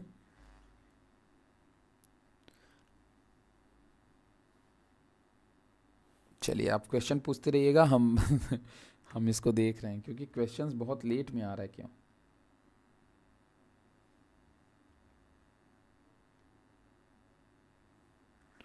चलिए ठीक है, तो मैं यहाँ पे आगे देखता हूँ, आगे पढ़ाता हूँ आपको। तो अभी हमारा इलेक्ट्रॉन कहाँ पहुँच गया बेटा, पिगमेंट सिस्टम 2 के पास में पहुँच गया है। अब ये जो पिगमेंट सिस्टम 1 के पास में पहुँच गया है, दैट इज़ पिगमेंट सिस्टम 1। मैंने आपको बताया था कि ये है हमारा पिगमेंट सिस्टम 1, ठीक है। अब पिगमेंट सिस्टम 1 में मैंने आपको बताया हुआ था ना कि यहाँ पे जब इलेक्ट्रॉन आता है तो फिर से लाइट पड़ती है, इलेक्ट्रॉन एक्साइटेड होता है, कहाँ पे चला जाता है, इसको सबसे पहले कौन रिसीव करता है, अभी सब बता रहे हैं, उसको कोई काउंट तुम करोगे काउंट, स्ट्रोमा में कितने हाइड्रोजन आयन होते हैं। स्ट्रोमा एक बहुत बड़ी यूनिट है, और अभी सारे हाइड्रोजन आयन यहाँ पे टोटल जब 12 हाइड्रोजन आयन हो जाते हैं ना, तो ये 12 हाइड्रोजन आयन यहाँ नहीं रहेंगे, क्योंकि देखो जब तक, हाँ PQ के पास क्या क्या पूछ रही है, PQ के पास में क्या, PQ के पास में क्या, बताओ पूरा क्वेश्चन पूछो भाई।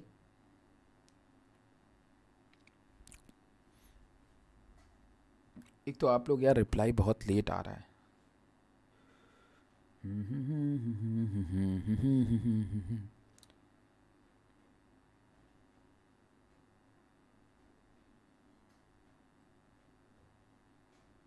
काजल आप बताओ भाई।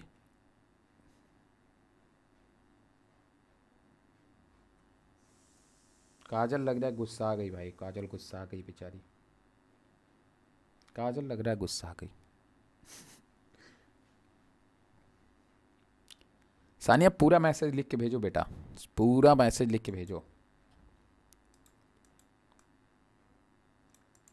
यार मेरी ये बेटा कहने की आदत कहाँ से पड़ गई, मेरी काफ़ी ख़राब आदत हो गई है।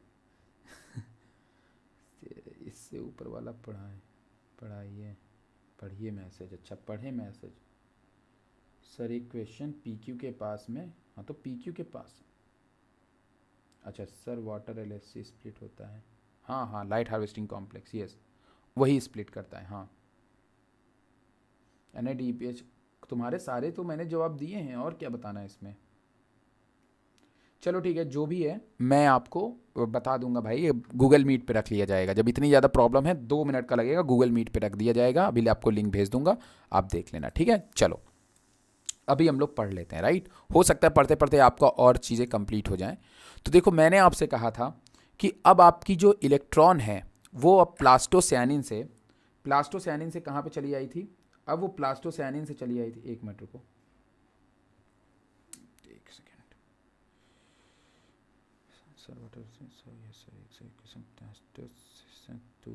मेरे में नहीं दिख रहा है ये क्वेश्चन तुम्हारा। सिस्टम फर्स्ट टाइम सेकंड ये आता है, फिर नेक्स्ट टाइम से ओनली फर्स्ट इलेक्ट्रॉन ही आता है। दूसरे फर्स्ट टाइम 2 इलेक्ट्रॉन आता है, फिर नेक्स्ट टाइम से 1 इलेक्ट्रॉन आता है पीक्यू के पास। नहीं हाँ सुनो, ये तुमने जो क्वेश्चन लिख के भेजा हुआ है ये कन्फ्यूज़न करते हो तुम लोग खुद आपस में, यही तो मैंने आपको इसीलिए बताया ना। ठीक है मैं समझ गया तुम्हारा क्वेश्चन क्या था। सानिया का क्वेश्चन ये है, इनका कहना है कि सर ये पहले इलेक्ट्रॉन जो आता है क्या वो 2 बार में आता है। देखो पहली चीज़ तो तुम्हें ये ध्यान में रखना है, मैंने पहले बता दिया, चाहे पहला इलेक्ट्रॉन हो चाहे दूसरा इलेक्ट्रॉन हो, हमेशा एक ही इलेक्ट्रॉन आपका जाएगा। जब देखो यहाँ पे ध्यान सुनो, जब ये एक इलेक्ट्रॉन यहाँ से गया ना बेटा, जब ये एक इलेक्ट्रॉन यहाँ से गया तो वो कहाँ पहुँच गया, प्लास्टोक्यूनॉन के पास में पहुँच गया, ठीक है। अब प्लास्टोक्यूनॉन के पास जब इलेक्ट्रॉन चला गया, पहले किसके पास गया, फियोफाइटिन के पास, फिर किसके पास गया, प्लास्टोक्यूनॉन के पास। तो जब प्लास्टोक्यूनॉन के पास इलेक्ट्रॉन गया तो हमें बताइए कि जो इलेक्ट्रॉन था वो फियोफाइटिन तो अब रेडी वो हो गया ना, ऑक्सीडाइज हो गया ना, ऑलरेडी इसने इलेक्ट्रॉन दे दिया ना, तो अब ये खाली हो गया। तो फिर से ये दूसरा इलेक्ट्रॉन एक्सेप्ट कर लेगा, फिर से ये दूसरा इलेक्ट्रॉन क्या कर लेगा, एक्सेप्ट कर लेगा। और जब ये फिर से दूसरा इलेक्ट्रॉन एक्सेप्ट कर लेगा फिर उसको भेज देगा प्लास्टोक्यूनॉन के पास में। अब प्लास्टोक्यूनॉन के पास में 2 इलेक्ट्रॉन, हाँ फर्स्ट टाइम आप ये बोल सकते हो कि प्लास्टोक्यूनॉन के पास में जो दोनों इलेक्ट्रॉन आते हैं वो पहली बार फर्स्ट टाइम में कहाँ से आते हैं, पिगमेंट सिस्टम 2 से आते हैं, प्लास्टोक्यूनॉन के पास में, ठीक है।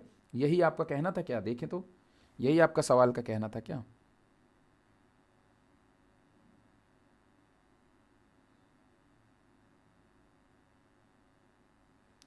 हाँ एक साथ नहीं आते हैं 2 इलेक्ट्रॉन, चाहे 4 के चारों इलेक्ट्रॉन आए वो आएंगे तो भाई उसी से आएंगे, उसी से, ठीक है। समझ रहे हो कि नहीं, मतलब ये जो पहला 2 इलेक्ट्रॉन आया वो तो डायरेक्टली इसी से आया, मतलब लेकिन एक एक करके आया, ठीक है।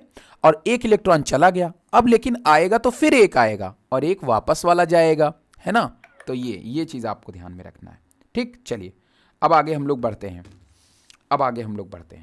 वो क्वेश्चन शो नहीं किया तुम्हारा ना, इसमें जो है नेटवर्क के कारण हो सकता है। देखो अब आगे देखो, अब एक इलेक्ट्रॉन यहाँ पे आ गया, अब एक इलेक्ट्रॉन जब यहाँ पे आया तो लाइट पड़ी, और जब लाइट पड़ी तो फिर से इलेक्ट्रॉन एक्साइटेड हो गया। और अब की बार जब इलेक्ट्रॉन बेटा एक्साइटेड हुआ तो इलेक्ट्रॉन को किसने रिसीव किया, मैंने बताया था FDR, फेरोडॉक्सिन रिडक्टेज जो है ने इसको एक्टिवेट किया, मतलब इलेक्ट्रॉन इसके पास में आया और FDR ने, ये देखिए FD दिख रहा है ना, FD ने इलेक्ट्रॉन को एक्सेप्ट किया। Look at this diagram, so simple and good diagram also. देखो यहाँ पे इलेक्ट्रॉन आया, ये बीच में क्लोरोफिल मॉलिक्यूल, आपका क्लोरोफिल मॉलिक्यूल, इसने इलेक्ट्रॉन को ट्रांसपोर्ट किया फेरोडॉक्सिन के पास में, फेरोडॉक्सिन ने फिर उसके बाद भेज दिया उसको NADP+ रिडक्टेज के पास में उस इलेक्ट्रॉन को, और NADP+ रिडक्टेज ने इस इलेक्ट्रॉन की मदद से NADP+ को कन्वर्ट कर दिया NADP H में, क्योंकि जब NADP प्लस के पास में हाइड्रोजन आयन रहेगा, भले इसके पास में हाइड्रोजन आयन है, लेकिन जब तक इसके पास में इलेक्ट्रॉन नहीं जाएगा तो ये कभी भी NADP plus plus hydrogen ion के ही फॉर्म में रहेगा। लेकिन जैसे इससे जाकर के इलेक्ट्रॉन जुड़ेगा तुरंत ये कन्वर्ट हो जाएगा NADPH में।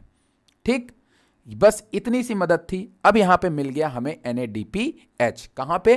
स्ट्रोमा में, जो लाइट रिएक्शन को चलाने के लिए जरूरी है। लेकिन अब यहां पे अब आप देखेंगे बहुत ही इंपॉर्टेंट बात बेटा। अब इस डायग्राम ही आपके माँ बाप हैं, यही डायग्राम आपका। ध्यान से सुनते रहो मेरी बात। अब मैं आपके सामने ये डायग्राम एक्सप्लेन कर सकता हूं क्योंकि मैंने आपको सभी साइकिल्स बढ़िया से बता दी है। अब लुक एट दिस, अब इस डायग्राम को देखिए। अब आप हाइड्रोजन आयन के अमाउंट को भूल जाइए, सब कुछ भूल जाइए, जो बस मैंने आपको डायग्राम बताया वही ध्यान में रखिए। आप आपसे कभी भी नंबर्स नहीं पूछेगा, एनसीईआरटी में नंबर्स नहीं पूछेगा। हाँ, ये पूछेगा कब हाइड्रोजन आयन आता है, कब हाइड्रोजन आयन नहीं आता है, नंबर्स नहीं पूछेगा। अब यहां पे देखिए आप, वाटर मॉलिक्यूल का ब्रेकडाउन हुआ, इलेक्ट्रॉन गया, फियोफाइटिन ने एक्सेप्ट किया, प्लास्टोक्यूनॉन को भेजा, प्लास्टोक्यूनॉन ने साइटोक्रोम B6 साइकिल चलाई इस इलेक्ट्रॉन को, और फिर उससे यहां से हाइड्रोजन आयन को अंदर किया, हाइड्रोजन आयन को अंदर किया, फिर वो गया प्लास्टोसाइनिन के पास में इलेक्ट्रॉन, फिर पहुंचा पिगमेंट सिस्टम 2 के पास में, पिगमेंट सिस्टम 1 के पास में, फिर से एक्साइटेड हो गया, फिर से इलेक्ट्रॉन यहां से ट्रांसपोर्ट हुआ फेरोडॉक्सिन के पास, और फिर फेरोडॉक्सिन से इसने बनाया NADPH, जो स्ट्रोमा में हमें चाहिए केल्विन साइकिल को चलाने के लिए। तो एक तो मॉलिक्यूल मिल गया हमको, एक मॉलिक्यूल मिल गया जो कार्बन डाइऑक्साइड से ग्लूकोज बनाएगा, एक तो मिल गया। लेकिन दूसरा हमें क्या चाहिए बेटा? ATP चाहिए। अब देखिए, जब यहां से हाइड्रोजन आयन अंदर आया, जब यहां से हाइड्रोजन आयन अंदर आया तो ल्यूमेन के अंदर हाइड्रोजन का, ये ल्यूमेन है, दैट इज थैलेक्वाइड ल्यूमेन। इस ल्यूमेन के अंदर हाइड्रोजन आयन का कंसंट्रेशन क्या हो गया? बढ़ गया, इंक्रीज हो गया। और जब हाइड्रोजन आयन का कंसंट्रेशन यहां पे इंक्रीज हो गया तो क्या हुआ कि यहां पे हाइड्रोजन आयन अब बाहर जाने का रास्ता देखने लगे। तो जब यहां पे बाहर हाइड्रोजन आयन का अंदर हाइड्रोजन आयन का कंसंट्रेशन ज्यादा और बाहर हाइड्रोजन, स्ट्रोमा में हाइड्रोजन आयन का कंसंट्रेशन कम, तो hydrogen ion move to lumen to stroma, तुरंत स्ट्रोमा की तरफ ये मूव डाउन करना शुरू कर गए। देखिए, हाइड्रोजन आयन जब यहां से मूव करना शुरू किए तो जो ATP सिंथेटेज प्रोटीन चैनल था वो एक्टिवेट हो गया।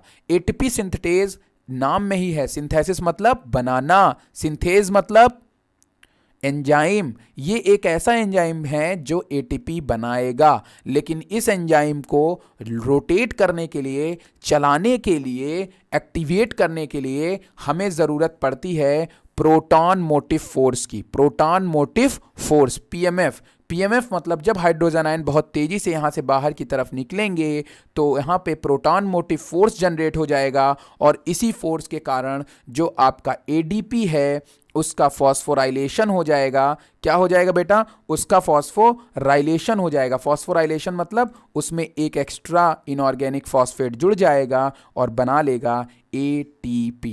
मतलब यहाँ पे ADP होता है, एडिनोसिन डाइफॉस्फेट होता है, लेकिन जब हाइड्रोजन आयन बहुत तेजी से बाहर की तरफ निकलता है तो ADP के साथ में एक ADP के साथ में एक फॉस्फोरस जुड़ जाता है, एक इनऑर्गेनिक फॉस्फेट जुड़ जाता है, और इस फॉस्फेट के जुड़ने से ATP बन जाता है। अब ये बहुत ही डिटेल में आपको पढ़ने की ज़रूरत नहीं है, बट आपको बस इतना ध्यान में रखना है कि हाइड्रोजन आयन के मोटिव फोर्स के कारण इसी को प्रोटॉन भी कहते हैं, इसके मोटिव फोर्स के कारण आपका जो ATP चैनल है वो एक्टिवेट हो जाता है, ATP सिंथेटेज एक्टिवेट हो जाता है, जिससे ATP बनना शुरू हो जाता है। और अब यही ATP आपका ATP और NADPH रोल पार्टिसिपेट करेगा केल्विन साइकिल को चलाने में, C3 साइकिल को चलाने में। क्या सभी बच्चे को ये बात समझ में आ गई? बताओ भाई, क्या लाइट रिएक्शन ये समझ में आया? लाइट रिएक्शन बताइए। आपने ठीक ठाक लेवल पे सब कुछ बहुत बढ़िया पढ़ा है अगर आपको ये समझ में आया है तो। और मैंने कोशिश करी है भाई कि आपको अच्छा भी पढ़ाया जाए, बढ़िया भी पढ़ाया जाए और सिंपल भी पढ़ाया जाए। सही बच्चों को समझ में आया ये?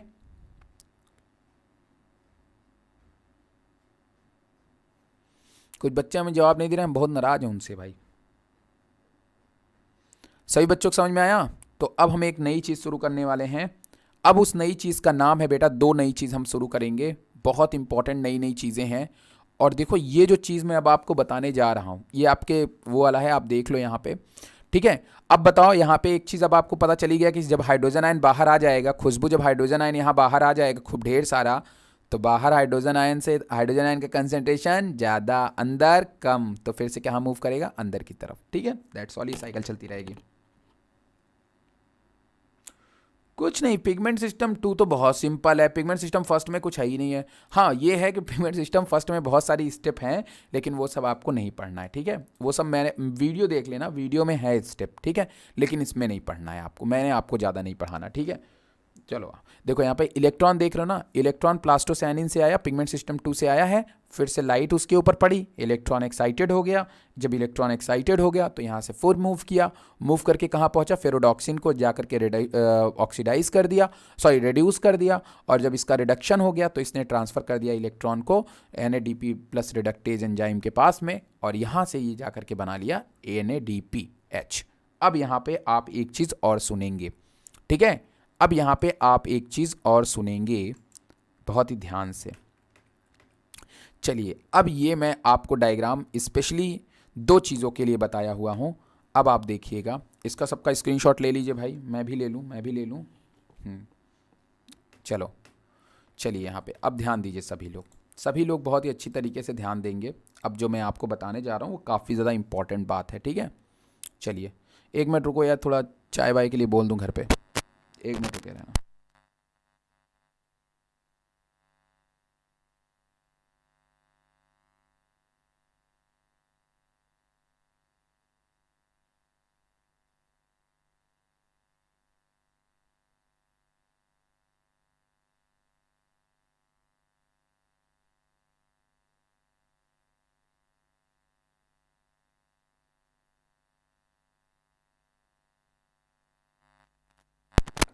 चलिए, तो यहाँ पे आप ध्यान दीजिएगा, कि यहाँ पे मैं क्या बताने वाला हूँ आपसे।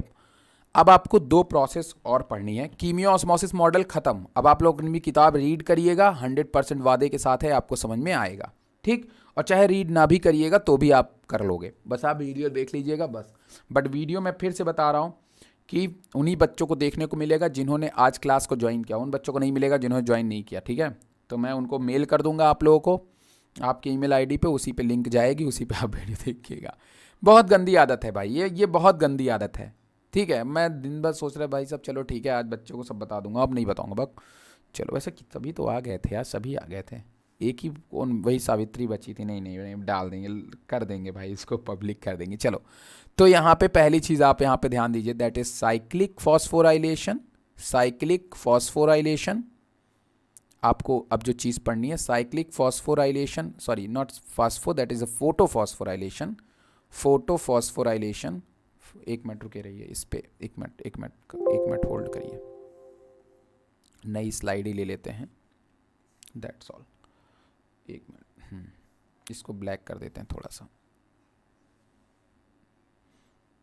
कुछ और कलर ट्राई मारे, हाँ ब्लू करते हैं, थोड़ा सा डार्क और ब्लू कर देते हैं, नए कलर अच्छे लगते हैं, ऐसे नए कलर रहे तो और मज़े आते हैं। चलो अभी ब्लू रखते हैं, ओके ठीक है। तो हम लोग यहाँ पे ध्यान देते हैं, देखिए नंबर 1 आप लोग को मैंने ये बताया कि आपको ध्यान में रखना है cyclic phosphorylation, that is cyclic phosphorylation,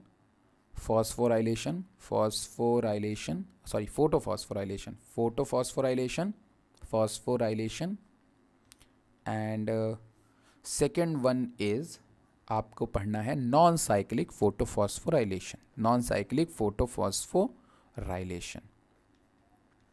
ठीक है, अब साइक्लिक फॉस्फोराइलेशन जो होता है, साइक्लिक फोटोफॉस्फोराइलेशन जो होता है, फोटोफॉस्फोराइलेशन मैंने कहा फोटोफॉस्फोराइलेशन, तो why the phosphorylation is important, phosphorylation देख लेना यार थोड़ा सा स्पेलिंग, फॉस्फोराइलेशन, ओके। अब यहाँ पे देखिए why the phosphorylation occur, phosphorylation क्या होती है, फॉस्फोराइलेशन क्या होती है, सबसे पहले बात तो हमें ये ध्यान में रखना है। आपको पता है कि आपके साइटोप्लाज्म में या साइटोप्लाज्म में एडीपी मॉलिक्यूल मौजूद होता है, एडीपी मॉलिक्यूल मौजूद होता है, ये बात आप सब लोग जानते हो। ठीक है, इस एडीपी मॉलिक्यूल जो है इसको हम लोग बोलते हैं adenosine adenosine diphosphate, adenosine diphosphate बोलते हैं। ठीक है, दैट्स ऑल, एडिनोसिन डाइफॉस्फेट बोलते हैं। अब ये जो एडिनोसिन डाइफॉस्फेट है आपका, अब ये जो एडिनोसिन डाइफॉस्फेट है आपका, ये क्या काम करता है कि अगर इसमें मैं एक फॉस्फेट ऐड कर दूं, अगर इसमें मैं एक फॉस्फेट पीआई बोले तो इसको बोलते हैं इनऑर्गेनिक फॉस्फेट, एक इनऑर्गेनिक फॉस्फेट को अगर मैं इसमें ऐड कर दूं तो ये कन्वर्ट हो जाएगा एटीपी में। तो एडीपी में एक एक्स्ट्रा फॉस्फेट को ऐड करना, दैट इज फॉस्फोराइलेशन। मतलब कि आप एक एडीपी जो होता है ये इनएक्टिव एनर्जी होता है, इनएक्टिव एनर्जी होता है। मतलब कि इनएक्टिव एनर्जी का मतलब ये एनर्जी तो इसमें बनाने की पावर होती है लेकिन दरअसल इसमें एनर्जी नहीं होती है। बिल्कुल वैसे ही जैसे जब आप जाते हो तो सेल होता है ना, सेल, बैटरी सेल जो रिमोट वगैरह में पड़ती है, दैट्स। और कुछ तो बैटरी इस तरह से होती है जो मेरे माइक में लगती है, देखो छोटी वाली बैटरी, ठीक है, जो मेरे माइक में लगती है, जो आपको इतनी मधुर आवाज़ मेरी सुनाई देती है। तो ये जो बैटरी आपको दिखाई दे रही है, ये बैटरी अगर आप सालों तक रखे रहो, जो आपके घड़ियों में भी रखती है, ये थोड़ी सी बड़ी बैटरी है, घड़ी में तो बहुत छोटी लगती है, जो कैलकुलेटर्स वगैरह में लगती है, तो वो बैटरी में आप देखोगे वो लोग एक पन्नी बांध करके रखते हैं और वो इनएक्टिव पड़ी रहती है। लेकिन जैसे हम उसको क्या करते हैं कि अपने उसमें रिमोट वगैरह में लगाते हैं, दैट इज एक्टिवेटेड। तो उसी तरीके से ये भी बैटरी ही मानो, अगर इसको जहां किसी ने जाके फॉस्फेट दे दिया तो फॉस्फेट का ऐड होना, दैट इज फॉस्फोराइलेशन करना। फॉस्फोराइलेशन वर्ड कहीं पे भी अगर वो बोल रहा है तो मतलब कोई ना कोई चीज क्या हो रही है बेटा, एक्टिवेट हो रही है। साइंस के लैंग्वेज में मैं जो आपको आज बता रहा हूं ना बात, ये आपको हो सकता है 4 साल 5 साल बाद भी आ जाए। समझ रहे हो कि नहीं मेरी बात? और आप जाकर के बोलोगे अरे यार सर तो क्या बात है भाई। जैसे जो आपने प्रोटीन टारगेटिंग वर्ड सुना है, प्रोटीन टारगेटिंग जो मैंने आपको बताया है, लोग उसके बारे में बस जानते रहते हैं, पढ़ लेते हैं, प्रोटीन सारी सीक्वेंसेस को पढ़ लेंगे, पता ही नहीं कि उस टर्म को क्या बोलते हैं। समझ रहे हो कि नहीं मेरी बात? और प्रोटीन टारगेटिंग आप तो बहुत हल्के में बता दिया। अब फोल्डिंग जो मैंने बताई ना उन सब के लिए प्रोटीन मैंने, लेकिन आपको आगाह किया कि नहीं आगे आपको पढ़ना है, बहुत आगे जब जाओगे तो पढ़ोगे। लेकिन आप अगर नीट पढ़ने के लिए ले जाओगे तो नहीं पढ़ोगे, तब वहाँ पे दूसरी चीज़ चलेगी, लेकिन वहाँ पे भी यूज़ होगा मेडिकल वगैरह के अंदर। ठीक है, खैर चलिए। तो इनएक्टिव एनर्जी की अगर मैं बात करूँगा तो दैट इज एडीपी। अगर इसमें एक फॉस्फेट ऐड हो जाएगा तो ये कन्वर्ट हो जाएगा एटीपी में। अब कहोगे सर इसका क्या मतलब, क्यों बता रहे हो मुझको आप यार? आपने क्या देखा बेटा? आपने देखा बस एटीपी को बनते हुए देखा ना। बट एटीपी को बना कौन रहा था? एटीपी को बना रहा था एटीपी सिंथेटेज चैनल। और एटीपी सिंथेटेज चैनल को किसकी जरूरत थी? एक प्रोटॉन मोटिव फोर्स की, ताकि एटीपी सिंथेटेज चैनल जो है वो रोटेट कर सके। ये एक प्रोटीन होता है और प्रोटीन एक मतलब आपको जैसा स्ट्रक्चर दिखाई देता है ऐसा नहीं होता, दरअसल इसका स्ट्रक्चर ऐसा दिखता है। मैं दिखा रहा हूँ आपको, डायग्राम जरूर ऐड किया हूँगा, 1 मिनट, लगता है नहीं ऐड किया हूँ, चलो ये, हाँ यहाँ पे एनसीईआरटी में आपके दिया हुआ है, आप देखिए यहाँ पे ये जो सीएफआर दिख रहा है ना, ये मेम्ब्रेन में ऐसे रोटेट करता है और इस हाइड्रोजन आयन को बाहर निकालता है। समझ रहे हो ना मेरी बात? और जब ये हाइड्रोजन आयन बाहर निकलता है, तो उससे क्या होता है, ओ फोल मिट गया यार, ये तो मैं भूल गया इसको सेव करना, चलो कोई बात नहीं। जब वो हाइड्रोजन आयन बाहर निकलता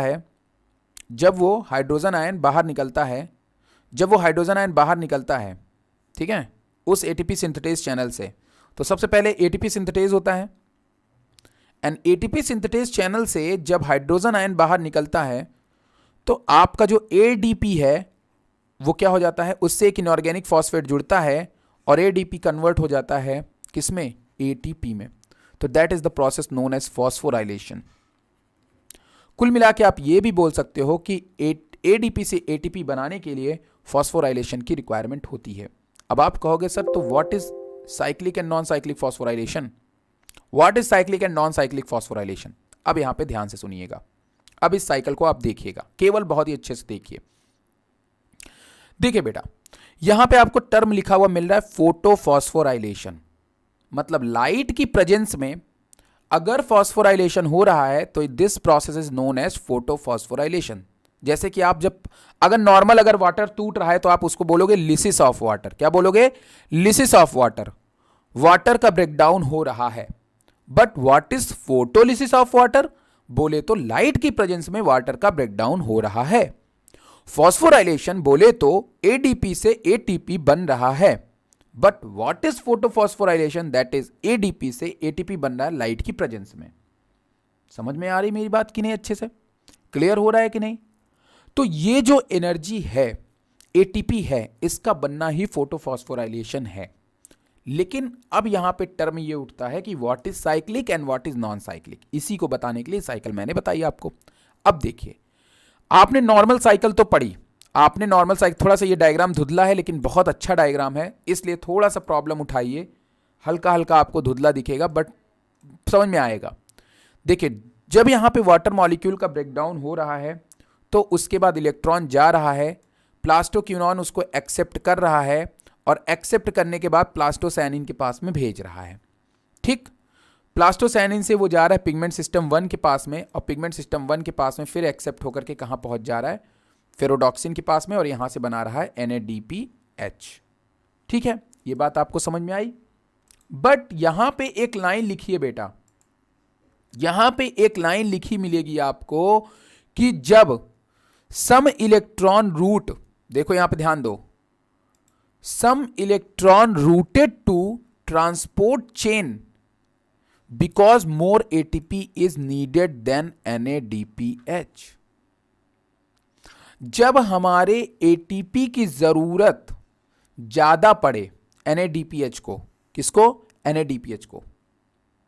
जब NADPH के लिए ATP की रिक्वायरमेंट ज्यादा हो जाए, या फिर जब आपके साइकिल में पिगमेंट सिस्टम 1 में एनर्जी की रिक्वायरमेंट, ATP की रिक्वायरमेंट बढ़ जाए। ठीक है, ध्यान सुनिएगा मेरी बात को, ध्यान सुनिएगा। अगर इलेक्ट्रॉन सीधे यहां से गया और इसने NADPH बना लिया तो यह प्रोसेस कंप्लीट हो गई। क्या इसमें कोई चीज रिपीट हो रही है? नहीं सर, ये होती है नॉन साइक्लिक प्रोसेस। मतलब जो अभी तक आपने नॉर्मली वे में पढ़ा वो क्या था? Non cyclic phosphorylation. जो आपने लाइट रिएक्शन पढ़ा ना, वो नॉन साइक्लिक था। लेकिन अब आप पढ़ेंगे साइक्लिक फोटोफॉस्फोराइलेशन। क्या पढ़ेंगे? साइक्लिक। और साइक्लिक फोटोफॉस्फोराइलेशन बहुत ज्यादा कठिन नहीं है, आप बिल्कुल टेंशन मत लीजिएगा कि आप सोचिए कि नहीं बहुत ज्यादा कठिन हो गया, बहुत ज्यादा कठिन हो गया। ऐसा कुछ भी नहीं है, ऐसा कुछ भी नहीं है। ठीक, अब यहां पे मेरी बात को बहुत ही अच्छे तरीके से ध्यान में रखिएगा। अब चलिए, मैं लास्ट टाइम इसको आपको बता रहा हूं ताकि आपको समझ में आ जाए, इसलिए लास्ट टाइम पूरे जोश के साथ में एक बार लग जाइए, बहुत जल्दी आपको समझ में आ जाएगा, कोई दिक्कत नहीं आएगी। रुके रहिए, मैं स्लाइड की तरफ वापस लौटता हूं, ब्लैक स्लाइड करता हूं और आपको पूरी बातें बताता हूं सही से। देखिए यहां पे ये आखिरी चीज है, और आखिरी चीज अगर आपको समझ में आ गई तो बहुत ही अच्छी बात हो जाएगी भाई। मैं भी फुर्सत, आप भी फुर्सत, फिर केल्विन साइकिल की तरफ रुक करेंगे बाद में। चलिए यहां पे ध्यान दीजिए सभी लोग। अब मैंने कहा कि मैंने जो आपको साइकिल बताई, क्या बताई थी? पिगमेंट सिस्टम 2 से इलेक्ट्रॉन गया फियोफाइटिन के पास में, फियोफाइटिन के पास में, एक मिनट रुके रहिएगा, एक मिनट रुके रहिएगा। चलो यहां से शुरू करते हैं। पिगमेंट सिस्टम 2 के पास में पहली चीज हुआ photolysis of water. Photolysis of water हुआ, इलेक्ट्रॉन रिलीज हुआ, इलेक्ट्रॉन गया फियोफाइटिन के पास में, फियोफाइटिन के पास में, फियोफाइटिन के पास में से इलेक्ट्रॉन फिर ट्रांसपोर्ट हुआ आपके प्लास्टोक्यूनॉन के पास में, प्लास्टोक्यूनॉन के पास में, प्लास्टोक्यूनॉन के बाद इलेक्ट्रॉन ट्रांसपोर्ट हुआ cytochrome B6 complex, cytochrome B6 complex के पास में। B6 कॉम्प्लेक्स के बाद में फिर से इलेक्ट्रॉन ट्रांसपोर्ट हुआ दो रास्तों में, एक वापस लौट करके प्लास्टोक्यूनॉन के पास में गया और एक ट्रांसपोर्ट हो गया आपका प्लास्टोसायनिन के पास में, प्लास्टोसायनिन के पास में। प्लास्टोसायनिन के बाद फिर से इलेक्ट्रॉन ट्रांसपोर्ट हुआ किसके पास में? पिगमेंट सिस्टम 1 के पास में, और पिगमेंट सिस्टम 1 के बाद में फिर ये इलेक्ट्रॉन एक्सेप्ट किया गया किसके पास में? फेरोडॉक्सिन के पास में, फेरोडॉक्सिन के पास में। फेरोडॉक्सिन ने इसको ट्रांसफ़र किया NADP प्लस रिडक्टेज के पास में, and this NADPH plus NADP plus H plus ने इसको कन्वर्ट कर दिया NADPH में। तो ये इलेक्ट्रॉन का नॉर्मल रूटीन है। जो इलेक्ट्रॉन आपकी मूव करके जा रही है, यहाँ पे आप ध्यान रखिएगा, जो इलेक्ट्रॉन आपकी मूव करके गई और सीधे NADPH बना लिया और यहाँ से क्या बन गया बेटा, ATP बन गया। ठीक है, तो अगर ये साइकिल चल रही है तो इस साइकिल को बोलते हैं नॉन साइक्लिक फोटोफॉस्फोराइलेशन। इस तरह से अगर ATP बनती है तो इसको नॉन साइक्लिक फोटोफॉस्फोराइलेशन कहते हैं। लेकिन कभी कभार ऐसा होता है कि पिगमेंट सिस्टम 1 के पास में जो ATP की रिक्वायरमेंट है वो क्या पड़ जाती है, कम पड़ जाती है। NADPH प्लस के मुकाबले ATP की रिक्वायरमेंट जो होती है वो क्या हो जाती है, लो हो जाती है। जैसे NADPH बहुत ज़्यादा हो गया और ATP लो हो गया, तो अब क्या होगा, NADPH प्लस है लेकिन ATP नहीं है। अगर प्रॉपर ATP नहीं रही तो मैंने आपको बताया है कि केल्विन साइकिल को चलने के लिए, केल्विन साइकिल जब चलती है तो एक ग्लूकोज मॉलिक्यूल से एक ग्लूकोज मॉलिक्यूल बनाने के लिए 18 ATP की ज़रूरत पड़ती है, 18 ATP की। अगर ये 18 ATP सेल के पास में नहीं रहेगी तो क्या ग्लूकोज मॉलिक्यूल बनेगा, नहीं। तो इस कंडीशन में जो पिगमेंट सिस्टम 1 है, जब उसको लगता है कि ATP इनफ नहीं है तो ये क्या काम करती है कि यहाँ से इलेक्ट्रॉन को नहीं एक्सेप्ट करती है, इसको इलेक्ट्रॉन नहीं देगी। ये इस इलेक्ट्रॉन को क्या करेगी, वापस भेज देगी किसके पास, प्लास्टोक्यूनॉन के पास में। किसके पास में, प्लास्टोक्यूनॉन के पास में। ध्यान सुनिएगा मेरी बात को, बहुत इंपॉर्टेंट बात मैं अब बताने जा रहा हूँ, बहुत ध्यान सुनिएगा। मैं सही साइकिल देख लेता हूँ फिर आपको बताता हूँ। देखिए यहाँ पे ध्यान से देखिएगा इसको, बहुत ध्यान से। एक मिनट रुके रहिए। देखिए इधर मैंने कहा कि अगर सब कुछ परफेक्ट है, इलेक्ट्रॉन गया, NADPH बन गया, प्रॉपर ATP मिल रही है, कोई बात नहीं। लेकिन सपोज दैट अगर NADPH ज़्यादा है और उसके मुकाबले ATP कम है, ये 2-3 कंडीशन होती है साइक्लिक फॉस्फोराइलेशन की। तो यहाँ से ये इलेक्ट्रॉन अब यहाँ नहीं जाएगा, फेरोडॉक्सिन के बाद यहाँ नहीं जाएगा, ये इलेक्ट्रॉन मूव कर जाएगा वापस प्लास्टोक्यूनॉन के पास में। और प्लास्टोक्यूनॉन के पास पहुंच करके फिर से ये इलेक्ट्रॉन लगातार मूव करेगा, फिर जाएगा, फिर लगातार मूव करेगा, और तब तक ये इलेक्ट्रॉन ऐसे मूव करता रहेगा जब तक कि आपके ATP पूरी तरीके से जनरेट ना हो पाए। एक मिनट रुके रहिए, मैं एक साइकिल और तुरंत आपको भेजता हूं, बना देता हूं, तुरंत यहीं पे ड्रॉ कर देता हूं, आपको समझ में आ जाएगा। देखो नॉन साइक्लिक आपको पता है, नॉन साइक्लिक में कोई लोचा नहीं, नॉन साइक्लिक आपको पता है, केवल साइक्लिक आपको समझाना है। ठीक है, साइक्लिक यहाँ पे, हाँ ये रहा, ये 2 डायग्राम है आपका, मैं तुरंत उसको ऐड करके आपको समझा रहा हूँ। एक ये वाला है और एक और है, हाँ यहाँ देखिए। अब आप देखिए, पहले मैं इसको पहले ले लेता हूँ, बड़ा सा कर लेता हूँ, फिर उसके बाद बता रहा हूँ। सीख लो मिदत, कंप्यूटर भी सीख लो तुम। मिदत के लिए दोनों काम हो जाएगा भाई।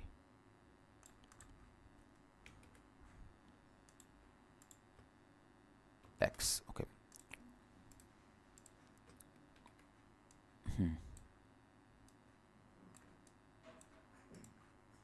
कहोगे सर क्या खिचड़ी पकाते रहते हैं। देखो इधर ध्यान दो, अब देखो यहाँ पे थोड़ा सा देखिए इधर। अगर ये साइकिल वापस लौटती NADP बना लेती तो ठीक था, लेकिन अगर ये नहीं बनेगी, इसीलिए देखो इसको हाइड कर दिया। क्या कर दिया, हाइड कर दिया। देखो यहाँ से इलेक्ट्रॉन आया, इलेक्ट्रॉन आया, इलेक्ट्रॉन आया, इलेक्ट्रॉन आया, प्लास्टोसाइनिन के बाद इलेक्ट्रॉन पिगमेंट सिस्टम 1 पे गया, लेकिन यहाँ के बाद ये इलेक्ट्रॉन इधर नहीं गया। यहाँ के बाद ये इलेक्ट्रॉन जो है सीधे पहुंचा फेरोडॉक्सिन से होते हुए साइटोक्रोम B6 कॉम्प्लेक्स के पास में। समझ में आई मेरी बात? साइटोक्रोम B6 कॉम्प्लेक्स के पास में पहुंचा, जहां पे प्लास्टोक्यूनॉन इलेक्ट्रॉन को एक्सेप्ट करेगा और क्या बनाएगा बेटा, ATP जन, क्योंकि यहीं से तो हाइड्रोजन आयन आएगा कि नहीं आएगा। और जितना ज्यादा हाइड्रोजन आयन अंदर आएगा उतना ज्यादा प्रोटॉन मोटिव फोर्स बनेगा कि नहीं बनेगा, तो उतना ही ज्यादा ATP बनेगा कि नहीं बनेगा, बनेगा सर। तो यहां से अगर आपके लाइट रिएक्शन में ATP की रिक्वायरमेंट हुई, क्वेश्चन पूछा, अगर आपके लाइट रिएक्शन में एटीपी की रिक्वायरमेंट हुई तो उसके लिए क्या होगा, उसके लिए साइक्लिक फोटोफॉस्फोराइलेशन रन करेगा। उस प्रोसेस में जो इलेक्ट्रॉन होती है वो आपकी इधर ना जा करके वापस लौटती है और वापस से नई साइकिल शुरू करती है। और जितनी दफे ये साइकिल रन करेगी, मतलब जब तक एटीपी नहीं हो जाएगा तब तक ये इलेक्ट्रॉन को फिर एक्सेप्ट करेगी, फिर इस इलेक्ट्रॉन को वापस भेजेगी, फिर हाइड्रोजन आयन को अंदर लाएगी, फिर प्रोटॉन मोटिव फोर्स बनेगा और फिर उसके बाद एटीपी बनेगा, क्योंकि वो एटीपी चैनल लगातार खुला रहेगा जब तक हाइड्रोजन आयन बाहर निकलती रहेगी तब। क्या सभी बच्चों को मेरी बात समझ में आई कि नहीं आई? पहले बताओ, क्या सभी बच्चों को मेरी बात समझ में आई कि नहीं आई? बताओ भाई। देख लो यहां पे भी वही चीज डायग्राम है, देख लो। इलेक्ट्रॉन आया, पिगमेंट सिस्टम 1 के पास में आया, 2 इलेक्ट्रॉन के पास में आया। अब देखो, इसको फेरोडॉक्सिन के बाद क्या बनाना था? NADPH बनाना था ना, लेकिन नहीं बनाया। क्या किया? इस इलेक्ट्रॉन को ट्रांसपोर्ट कर दिया साइटोक्रोम B6 कॉम्प्लेक्स, उल्टा कर दिया इलेक्ट्रॉन को। फिर नई साइकिल चलाया जिससे क्या बना सके? ATP बना सके, ADP से बना सके और फिर इस इलेक्ट्रॉन को ट्रांसफर किया। तो जब तक एटीपी नहीं बन जाएगी इसको, जब तक पूरी एटीपी नहीं बन जाएगी तब तक ये साइकिल रन करने लगेगी, करती रहेगी।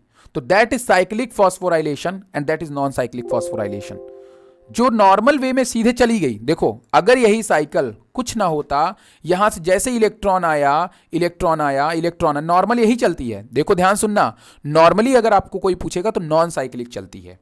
नॉर्मली मतलब अगर नॉर्मल, हर चीज नॉर्मल रही तो नॉन साइक्लिक चलेगी, क्योंकि लेकिन तब नॉन साइक्लिक नहीं चलेगी जब फोटो सिस्टम 2 किसी में एब्सेंट हो। अब बोलोगे सर नया फिर से कुछ ना कुछ जोड़ देते हैं। बेटा, जब फोटो सिस्टम 2 किसी ऑर्गेनिज्म में एब्सेंट होगा तो वाटर मॉलिक्यूल का ब्रेकडाउन नहीं होगा, इलेक्ट्रॉन उतने रिलीज नहीं होंगे, प्रोटॉन रिलीज नहीं होंगे। तो ऐसी सिचुएशन में अगर बार बार हाइड्रोजन आयन ब्रेक नहीं होगा, बार बार वाटर मॉलिक्यूल ब्रेक नहीं होगा, तो ऐसी सिचुएशन में जब इलेक्ट्रॉन आएगा नहीं यहां, तो पिगमेंट सिस्टम 2 से इलेक्ट्रॉन नहीं आएगा, तो क्या एटीपी बन पाएगी? नहीं बन पाएगी सर। तो इस सिचुएशन में फोटो सिस्टम 1 जो है वो साइक्लिक फॉस्फोराइलेशन के थ्रू बार बार इलेक्ट्रॉन को रोटेट करा करके बेचारा एटीपी बना लेता है।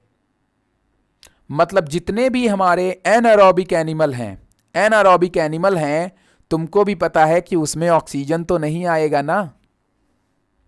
और जब जब वाटर मॉलिक्यूल का ब्रेकडाउन हो रहा था तो यहां पे ऑक्सीजन आ रही थी। हां सर, आ रही थी सर।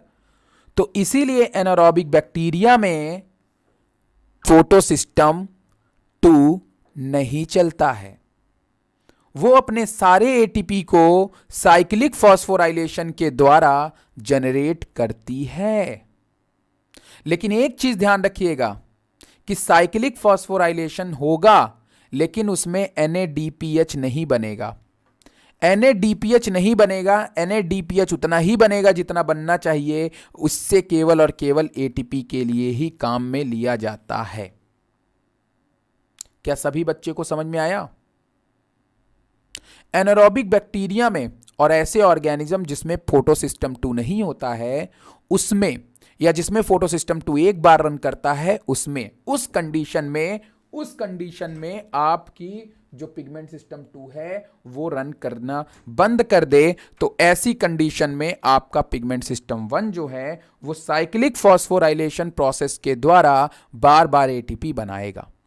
ठीक, बस कुछ नहीं है इसमें कुछ है ही नहीं है, बस आपको बस इतना ही ध्यान में रखना है। अब यहां पे देखिए, मैं आपको कुछ बातें बता रहा हूं, आप इसको अब स्मूथली मैं आपको जो ओवरव्यू बताने जा रहा हूं, अब आप इसको थोड़ा सा ध्यान में रखिएगा। ठीक है, बस आखिरी चरण है ये, आखिरी चरण, आखिरी लीग, आखिरी सब कुछ, तो आप उसको याद में रखिएगा। ठीक है, चलिए अब यहां पे देखिएगा आप लोग, मैं कुछ स्टेप्स आपके सामने बताने जा रहा हूं, उन स्टेप्स को आप लोग अपनी कॉपी में नोट कर लेंगे। ठीक है, उन स्टेप्स को आप अपनी कॉपी में नोट कर लेंगे और मैं यहीं पे लेक्चर खत्म करूंगा। ठीक है, पहले आप उसको कॉपी में आप नोट कर लीजिए। सब लोग कॉपी पे निकाल लो भैया। मैंने कल कुछ मटेरियल आपके लिए जो है निकाला हुआ था, 1 मिनट, चलिए, तो कुछ मटेरियल आप लोग जो है नोट कर लेंगे। लिखेंगे आप साइक्लिक फॉस्फोराइलेशन, नॉन साइक्लिक तो जानते हो, साइक्लिक फॉस्फोराइलेशन देखो, साइक्लिक फॉस्फोराइलेशन, साइक्लिक फॉस्फोराइलेशन, लिखो सब लोग, राइलेशन। साइक्लिक फॉस्फोराइलेशन में आप लिखेंगे, ठीक है, एक मिनट रुको, मैं चाय खत्म कर लूँ।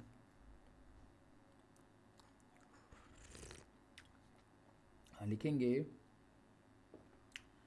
इन दिस टाइप, लिखेंगे in this type, in this type, in this type, when electron gets excited, when electron gets excited, excited, it leaves chlorophyll, it leaves chlorophyll, it leaves chlorophyll, chlorophyll travel through and travel through electron transport chain etc, electron transport chain ETC, sorry electron transport chain नहीं कर लेना, इसको आप कर लेना ETC कर लेना, electron transport system, electron transport system कर लेना, सिस्टम कर लेना इसको, ठीक है, system, electron transport system. Then they return to chlorophyll again, then they return to chlorophyll again, return to chlorophyll again,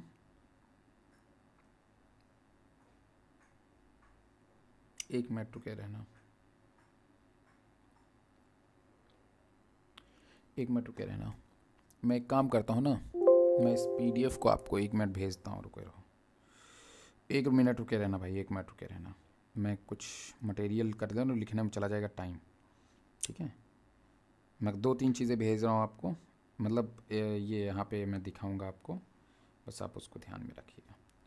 अच्छा मैं भेज दे रहा हूँ आपको ना, मैं आपको भेज दे रहा हूँ इस PDF को, आप लोग देख लेना, इसको पढ़ लेना, आप लोग समझ में आ जाएगा। ये बताओ इतनी बातें आपको समझ में आई कि नहीं आई, पहले बताओ। सभी लोग बच्चे जवाब नहीं दे रहे हैं। खुशबू जवाब दो, खुशबू, मिधत भाई आप लोग भी जवाब दो यार, देखो हम बहुत वो हो जाते हैं भाई, चिंतित हो जाते हैं हम। चलो तो इसको मैं लिख नहीं रहा हूँ आपके सामने, अब बस आपको ध्यान में रख लेना है, मैंने भेज दूंगा स्टेप्स, आप उसको पढ़ लीजिएगा, आपको समझ में आ जाएगा, ठीक है। और बहुत सिंपल है, इसमें बहुत ज़्यादा आपको दिक्कतें नहीं लेनी है। जब और एक, हाँ यार एक कंडीशन और ध्यान दीजिए, एक बात बताइए, अभी मैंने आपको क्या बताया था, अभी जब मैंने आपको एक डायग्राम बताया हुआ था, अब ध्यान सुनिएगा ज़रा सा, इसको भी देख लीजिए हल्का सा, ठीक है, वरना दिक्कत कर जाएगा। हाँ चलो इधर ध्यान देना, मिधत आप भी ध्यान दीजिए भाई, आप भी बताइए हमें आ रहा है कि नहीं आ रहा है। देखिए इधर, जब मैंने आपसे कहा कि मान लीजिए ये मेरा क्लोरोप्लास्ट है, ये क्या है बेटा, क्लोरोप्लास्ट है, क्लोरोप्लास्ट में मैंने आपसे कहा कि हमारे पास में ग्रेना होती है। देखिएगा बहुत ध्यान से देखिएगा, मैं बहुत बड़ी बात बताने जा रहा हूँ, आपको मिल जाएगा आपकी कॉपी में, ठीक है।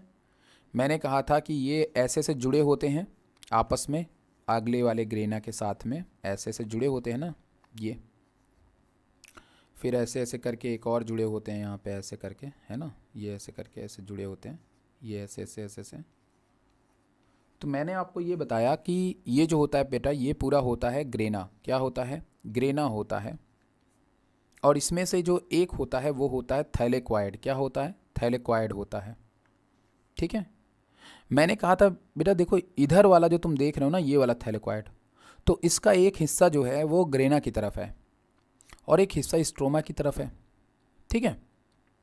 तो अगर इसको इलेक्ट्रॉन की ज़रूरत पड़ेगी ना, इसको अगर इसको हाइड्रोजन आयन की ज़रूरत पड़ेगी ना, तो बगलियाँ से मांग लेगा, इसको वाटर की ज़रूरत पड़ेगी ना तो बगलियाँ से मांग लेगा।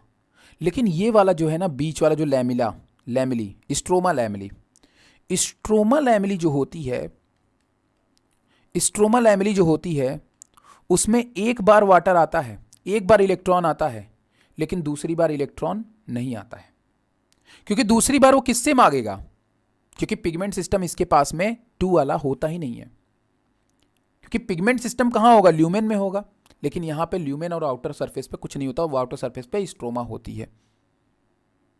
तो हमेशा स्ट्रोमा जो लैमिली होता है उसके अंदर हमें साइक्लिक फॉस्फोराइलेशन देखने को मिलता है, फॉस्फोराइलेशन देखने को मिलता है, इसको आप नोट कर लीजिएगा। और जो आपका ग्रेनल एमिली होता है उसमें आपको नॉन साइक्लिक देखने को मिलता है, क्योंकि इसमें जब जब इलेक्ट्रॉन की जरूरत पड़ती है तब तब ये वाटर मॉलिक्यूल का ब्रेकडाउन कर लेते हैं, क्योंकि इसमें दोनों पिगमेंट सिस्टम काम करते हैं, pigment system 2 and pigment system 1। पर यहां पे स्ट्रोमल एमिली में ये चीज पॉसिबल नहीं है। सो इसीलिए यहां पे नॉन साइक्लिक की जगह साइक्लिक फॉस्फोराइलेशन चलता है और उससे एटीपी प्रोड्यूस होती है। तो एटीपी प्रोड्यूस 2-3 जगह पे मैंने आपको बताया। पहली चीज ऐसे बैक्टीरिया के अंदर जो एनारोबिक होते हैं जिसमें पिगमेंट सिस्टम 2 एब्सेंट होगा। कभी कभी वो होता है जिसमें पिगमेंट सिस्टम 2 डिस्ट्रॉय हो जाए या लाइट या वाटर मॉलिक्यूल ना हो। अगर मान लो किसी के पास वाटर मॉलिक्यूल ना हो तो वाटर खत्म हो जाए तो हो सकता है पॉसिबल कि नहीं। अगर लीफ में मान लो वाटर खत्म हो गया तो, और अभी एटीपी की जरूरत है तो उस कंडीशन में प्लांट क्या करती है, उस कंडीशन में वो वाटर मॉलिक्यूल के ब्रेकडाउन को रोक लेगी, लेकिन इलेक्ट्रॉन को बार बार रोटेट करके, लाइट पड़ने पे बार बार रोटेट करके उसी इलेक्ट्रॉन से क्या करेगी, एटीपी बनाती रहेगी। अब मेरे ही अब मुझे लग रहा है कि आपको बात समझ में आ गई होगी। और उसके लिए वो फोटोफॉस्फोराइलेशन करती है, और मैंने कहा फोटोफॉस्फोराइलेशन के लिए वो क्या करेगी, फोटोफॉस्फोराइलेशन का मतलब है पिगमेंट सिस्टम 2 से पिगमेंट सिस्टम 1 से जो है NADPH बना लिया अगर किसी ने, तो ये होता है नॉन साइक्लिक। अगर इलेक्ट्रॉन ऐसे ऐसे मूवमेंट हुआ तो ये होता है नॉन साइक्लिक। यहां से एटीपी बन जाएगी, ये एटीपी और NADPH जाएगी केल्विन साइकिल ग्लूकोज बनाने के लिए, सॉरी स्टार्च बनाने के लिए, जिसको मैं आगे बताऊंगा। बट अगर इफ अगर NADPH ज्यादा है कंटेंट में, या फिर एनर्जी की और रिक्वायरमेंट है, एटीपी की और रिक्वायरमेंट है, तो ये क्योंकि एटीपी बनने के पीछे का रिस्पॉन्सिबल इलेक्ट्रॉन ही है, क्योंकि हाइड्रोजन आयन इलेक्ट्रॉन के चलने से ही आ रहा है, तो दोबारा से इलेक्ट्रॉन जाएगा, क्यू साइकिल चलेगी, और क्यू साइकिल जब चलेगी तो हाइड्रोजन आयन अंदर आएगा, हाइड्रोजन अंदर आएगा तो एटीपी बनेगी ही बनेगी। लेकिन इस प्रोसेस में याद रखना है आपको, मैं ये क्वेश्चन आया हुआ है कि जब साइक्लिक फॉस्फोराइलेशन होता है तो उसमें केवल और केवल एटीपी बनती है, नई NADPH नहीं बनती है। NADPH उतने ही रहती है जितनी है। दैट्स ऑल, आज के लिए लेक्चर इतना ही। अब मैं दोबारा इस लेक्चर को नहीं पढ़ाऊंगा, अब नेक्स्ट आपको पढ़ाऊंगा केल्विन साइकिल बेटा। और केल्विन साइकिल का वीडियो भेजा हुआ है, बहुत सिंपल है, बहुत ही ज्यादा आसान है। अब आपके लिए क्रिटिकल चीज आपने पढ़ डाली। अब आपको केल्विन साइकिल C4 प्लांट पढ़ा देना है, फिनिश, चैप्टर फिनिश आपका। ठीक, हमें सब लोग व्हाट्सएप पे मैसेज कर दीजिएगा कि आपको लेक्चर समझ में आ गया, और जो नहीं समझ में आया उसको आप पूछिएगा। ठीक है, चलिए आज के लिए इतना ही। अगर आप बोलेंगे, अगर आपका क्वेश्चन ज़्यादा रहेगा तो मैं गूगल मीट पे सेशन रख दूंगा, कोई दिक्कत नहीं। गूगल मीट पे आप लोग ज्वाइन कर लीजिएगा, जब रफली आपके हाथ में मोबाइल हो तो कर लीजिए। और दूसरी बात यार, अपने पेरेंट्स वगैरह को थोड़ा सा कन्विंस करो मोबाइल वगैरह के लिए मेरे भाई। मैं कैसे बोलूँ, लेकिन हाँ, अगर आपको क्लास अच्छी लगती है तो डेफिनेटली, आपका मान लो फ्यूचर है भाई, अब आप फ्यूचर के साथ खिलवाड़ नहीं कर सकते हो, ये आपकी लाइफ है, अब आप जानो, अब आपका काम जाने। हमारे हाथ में कुछ होता तो यार हम ही कोरोना रोक देते हैं, हमारी तो कोई गलती नहीं है ना। देखो मैं तो जान फूंक दे रहा हूँ आपको पढ़ाने के लिए। दैट्स ऑल, तो आज के लिए इतना ही रखते हैं, टाटा बाय बाय। यही बेटा, ये जो वाटर मॉलिक्यूल का ब्रेकडाउन है ना, इसी को हिल नामक साइंटिस्ट ने बताया था, splitting of water, that is hill reaction. इसी को हम लोग हिल रिएक्शन कहते हैं। जो आपके हाइड्रोजन आयन, ऑक्सीजन और 4 इलेक्ट्रॉन निकल है, दैट इज हिल रिएक्शन। ठीक है, हाँ, इसको हिल नामक साइंटिस्ट ने दिया था। थोड़ा सा पिगमेंटेशन बता देना होता है बस इसमें, बट अगर आप इतना भी बता दोगे दैट इज हिल रिएक्शन, मतलब फोटोलिसिस और splitting of water, that is hill reaction. ठीक,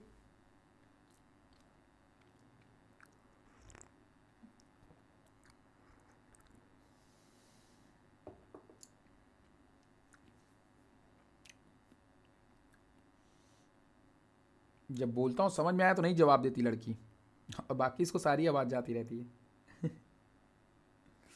ये मज़ेदार लड़की है, भी टाइप नहीं करना चाहती, आलसी हो क्या।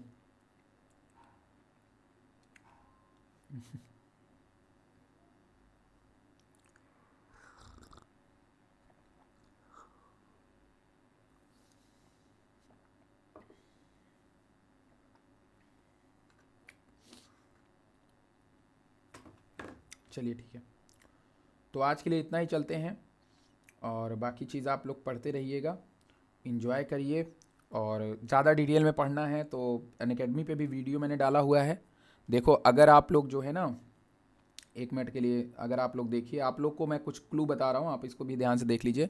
आप क्या किया करो, बस ऐसे ऐसे जाया करो और यहाँ पे जाया करो, और बस अगर आप डाल दोगे वहाँ पे फोटोसिंथेसिस अंकित मिश्रा बस डाल दोगे, या फोटोसिंथेसिस डाल दोगे, और उसके बाद गूगल पे अंकित मिश्रा आप टाइप कर दोगे तो भी आपको वीडियो पूरा मिल जाएगा। ठीक है, अंकित मिश्रा आप टाइप कर दोगे तो आपको इमेज में चले जाना और वहाँ पे ये मैं मिल जाऊँगा, तो यहाँ पे अनअकैडमी का पूरा कोर्स जो है वो आपको मिल जाएगा देखने के लिए। ठीक है, तो यहाँ से आप जा कर के फोटोसिंथेसिस के सारे कंटेंट ये मेरे ही हैं, ये जो आपको फ़ोटोज़ वगैरह दिख रहे हैं सब मेरे कंटेंट हैं ये सब।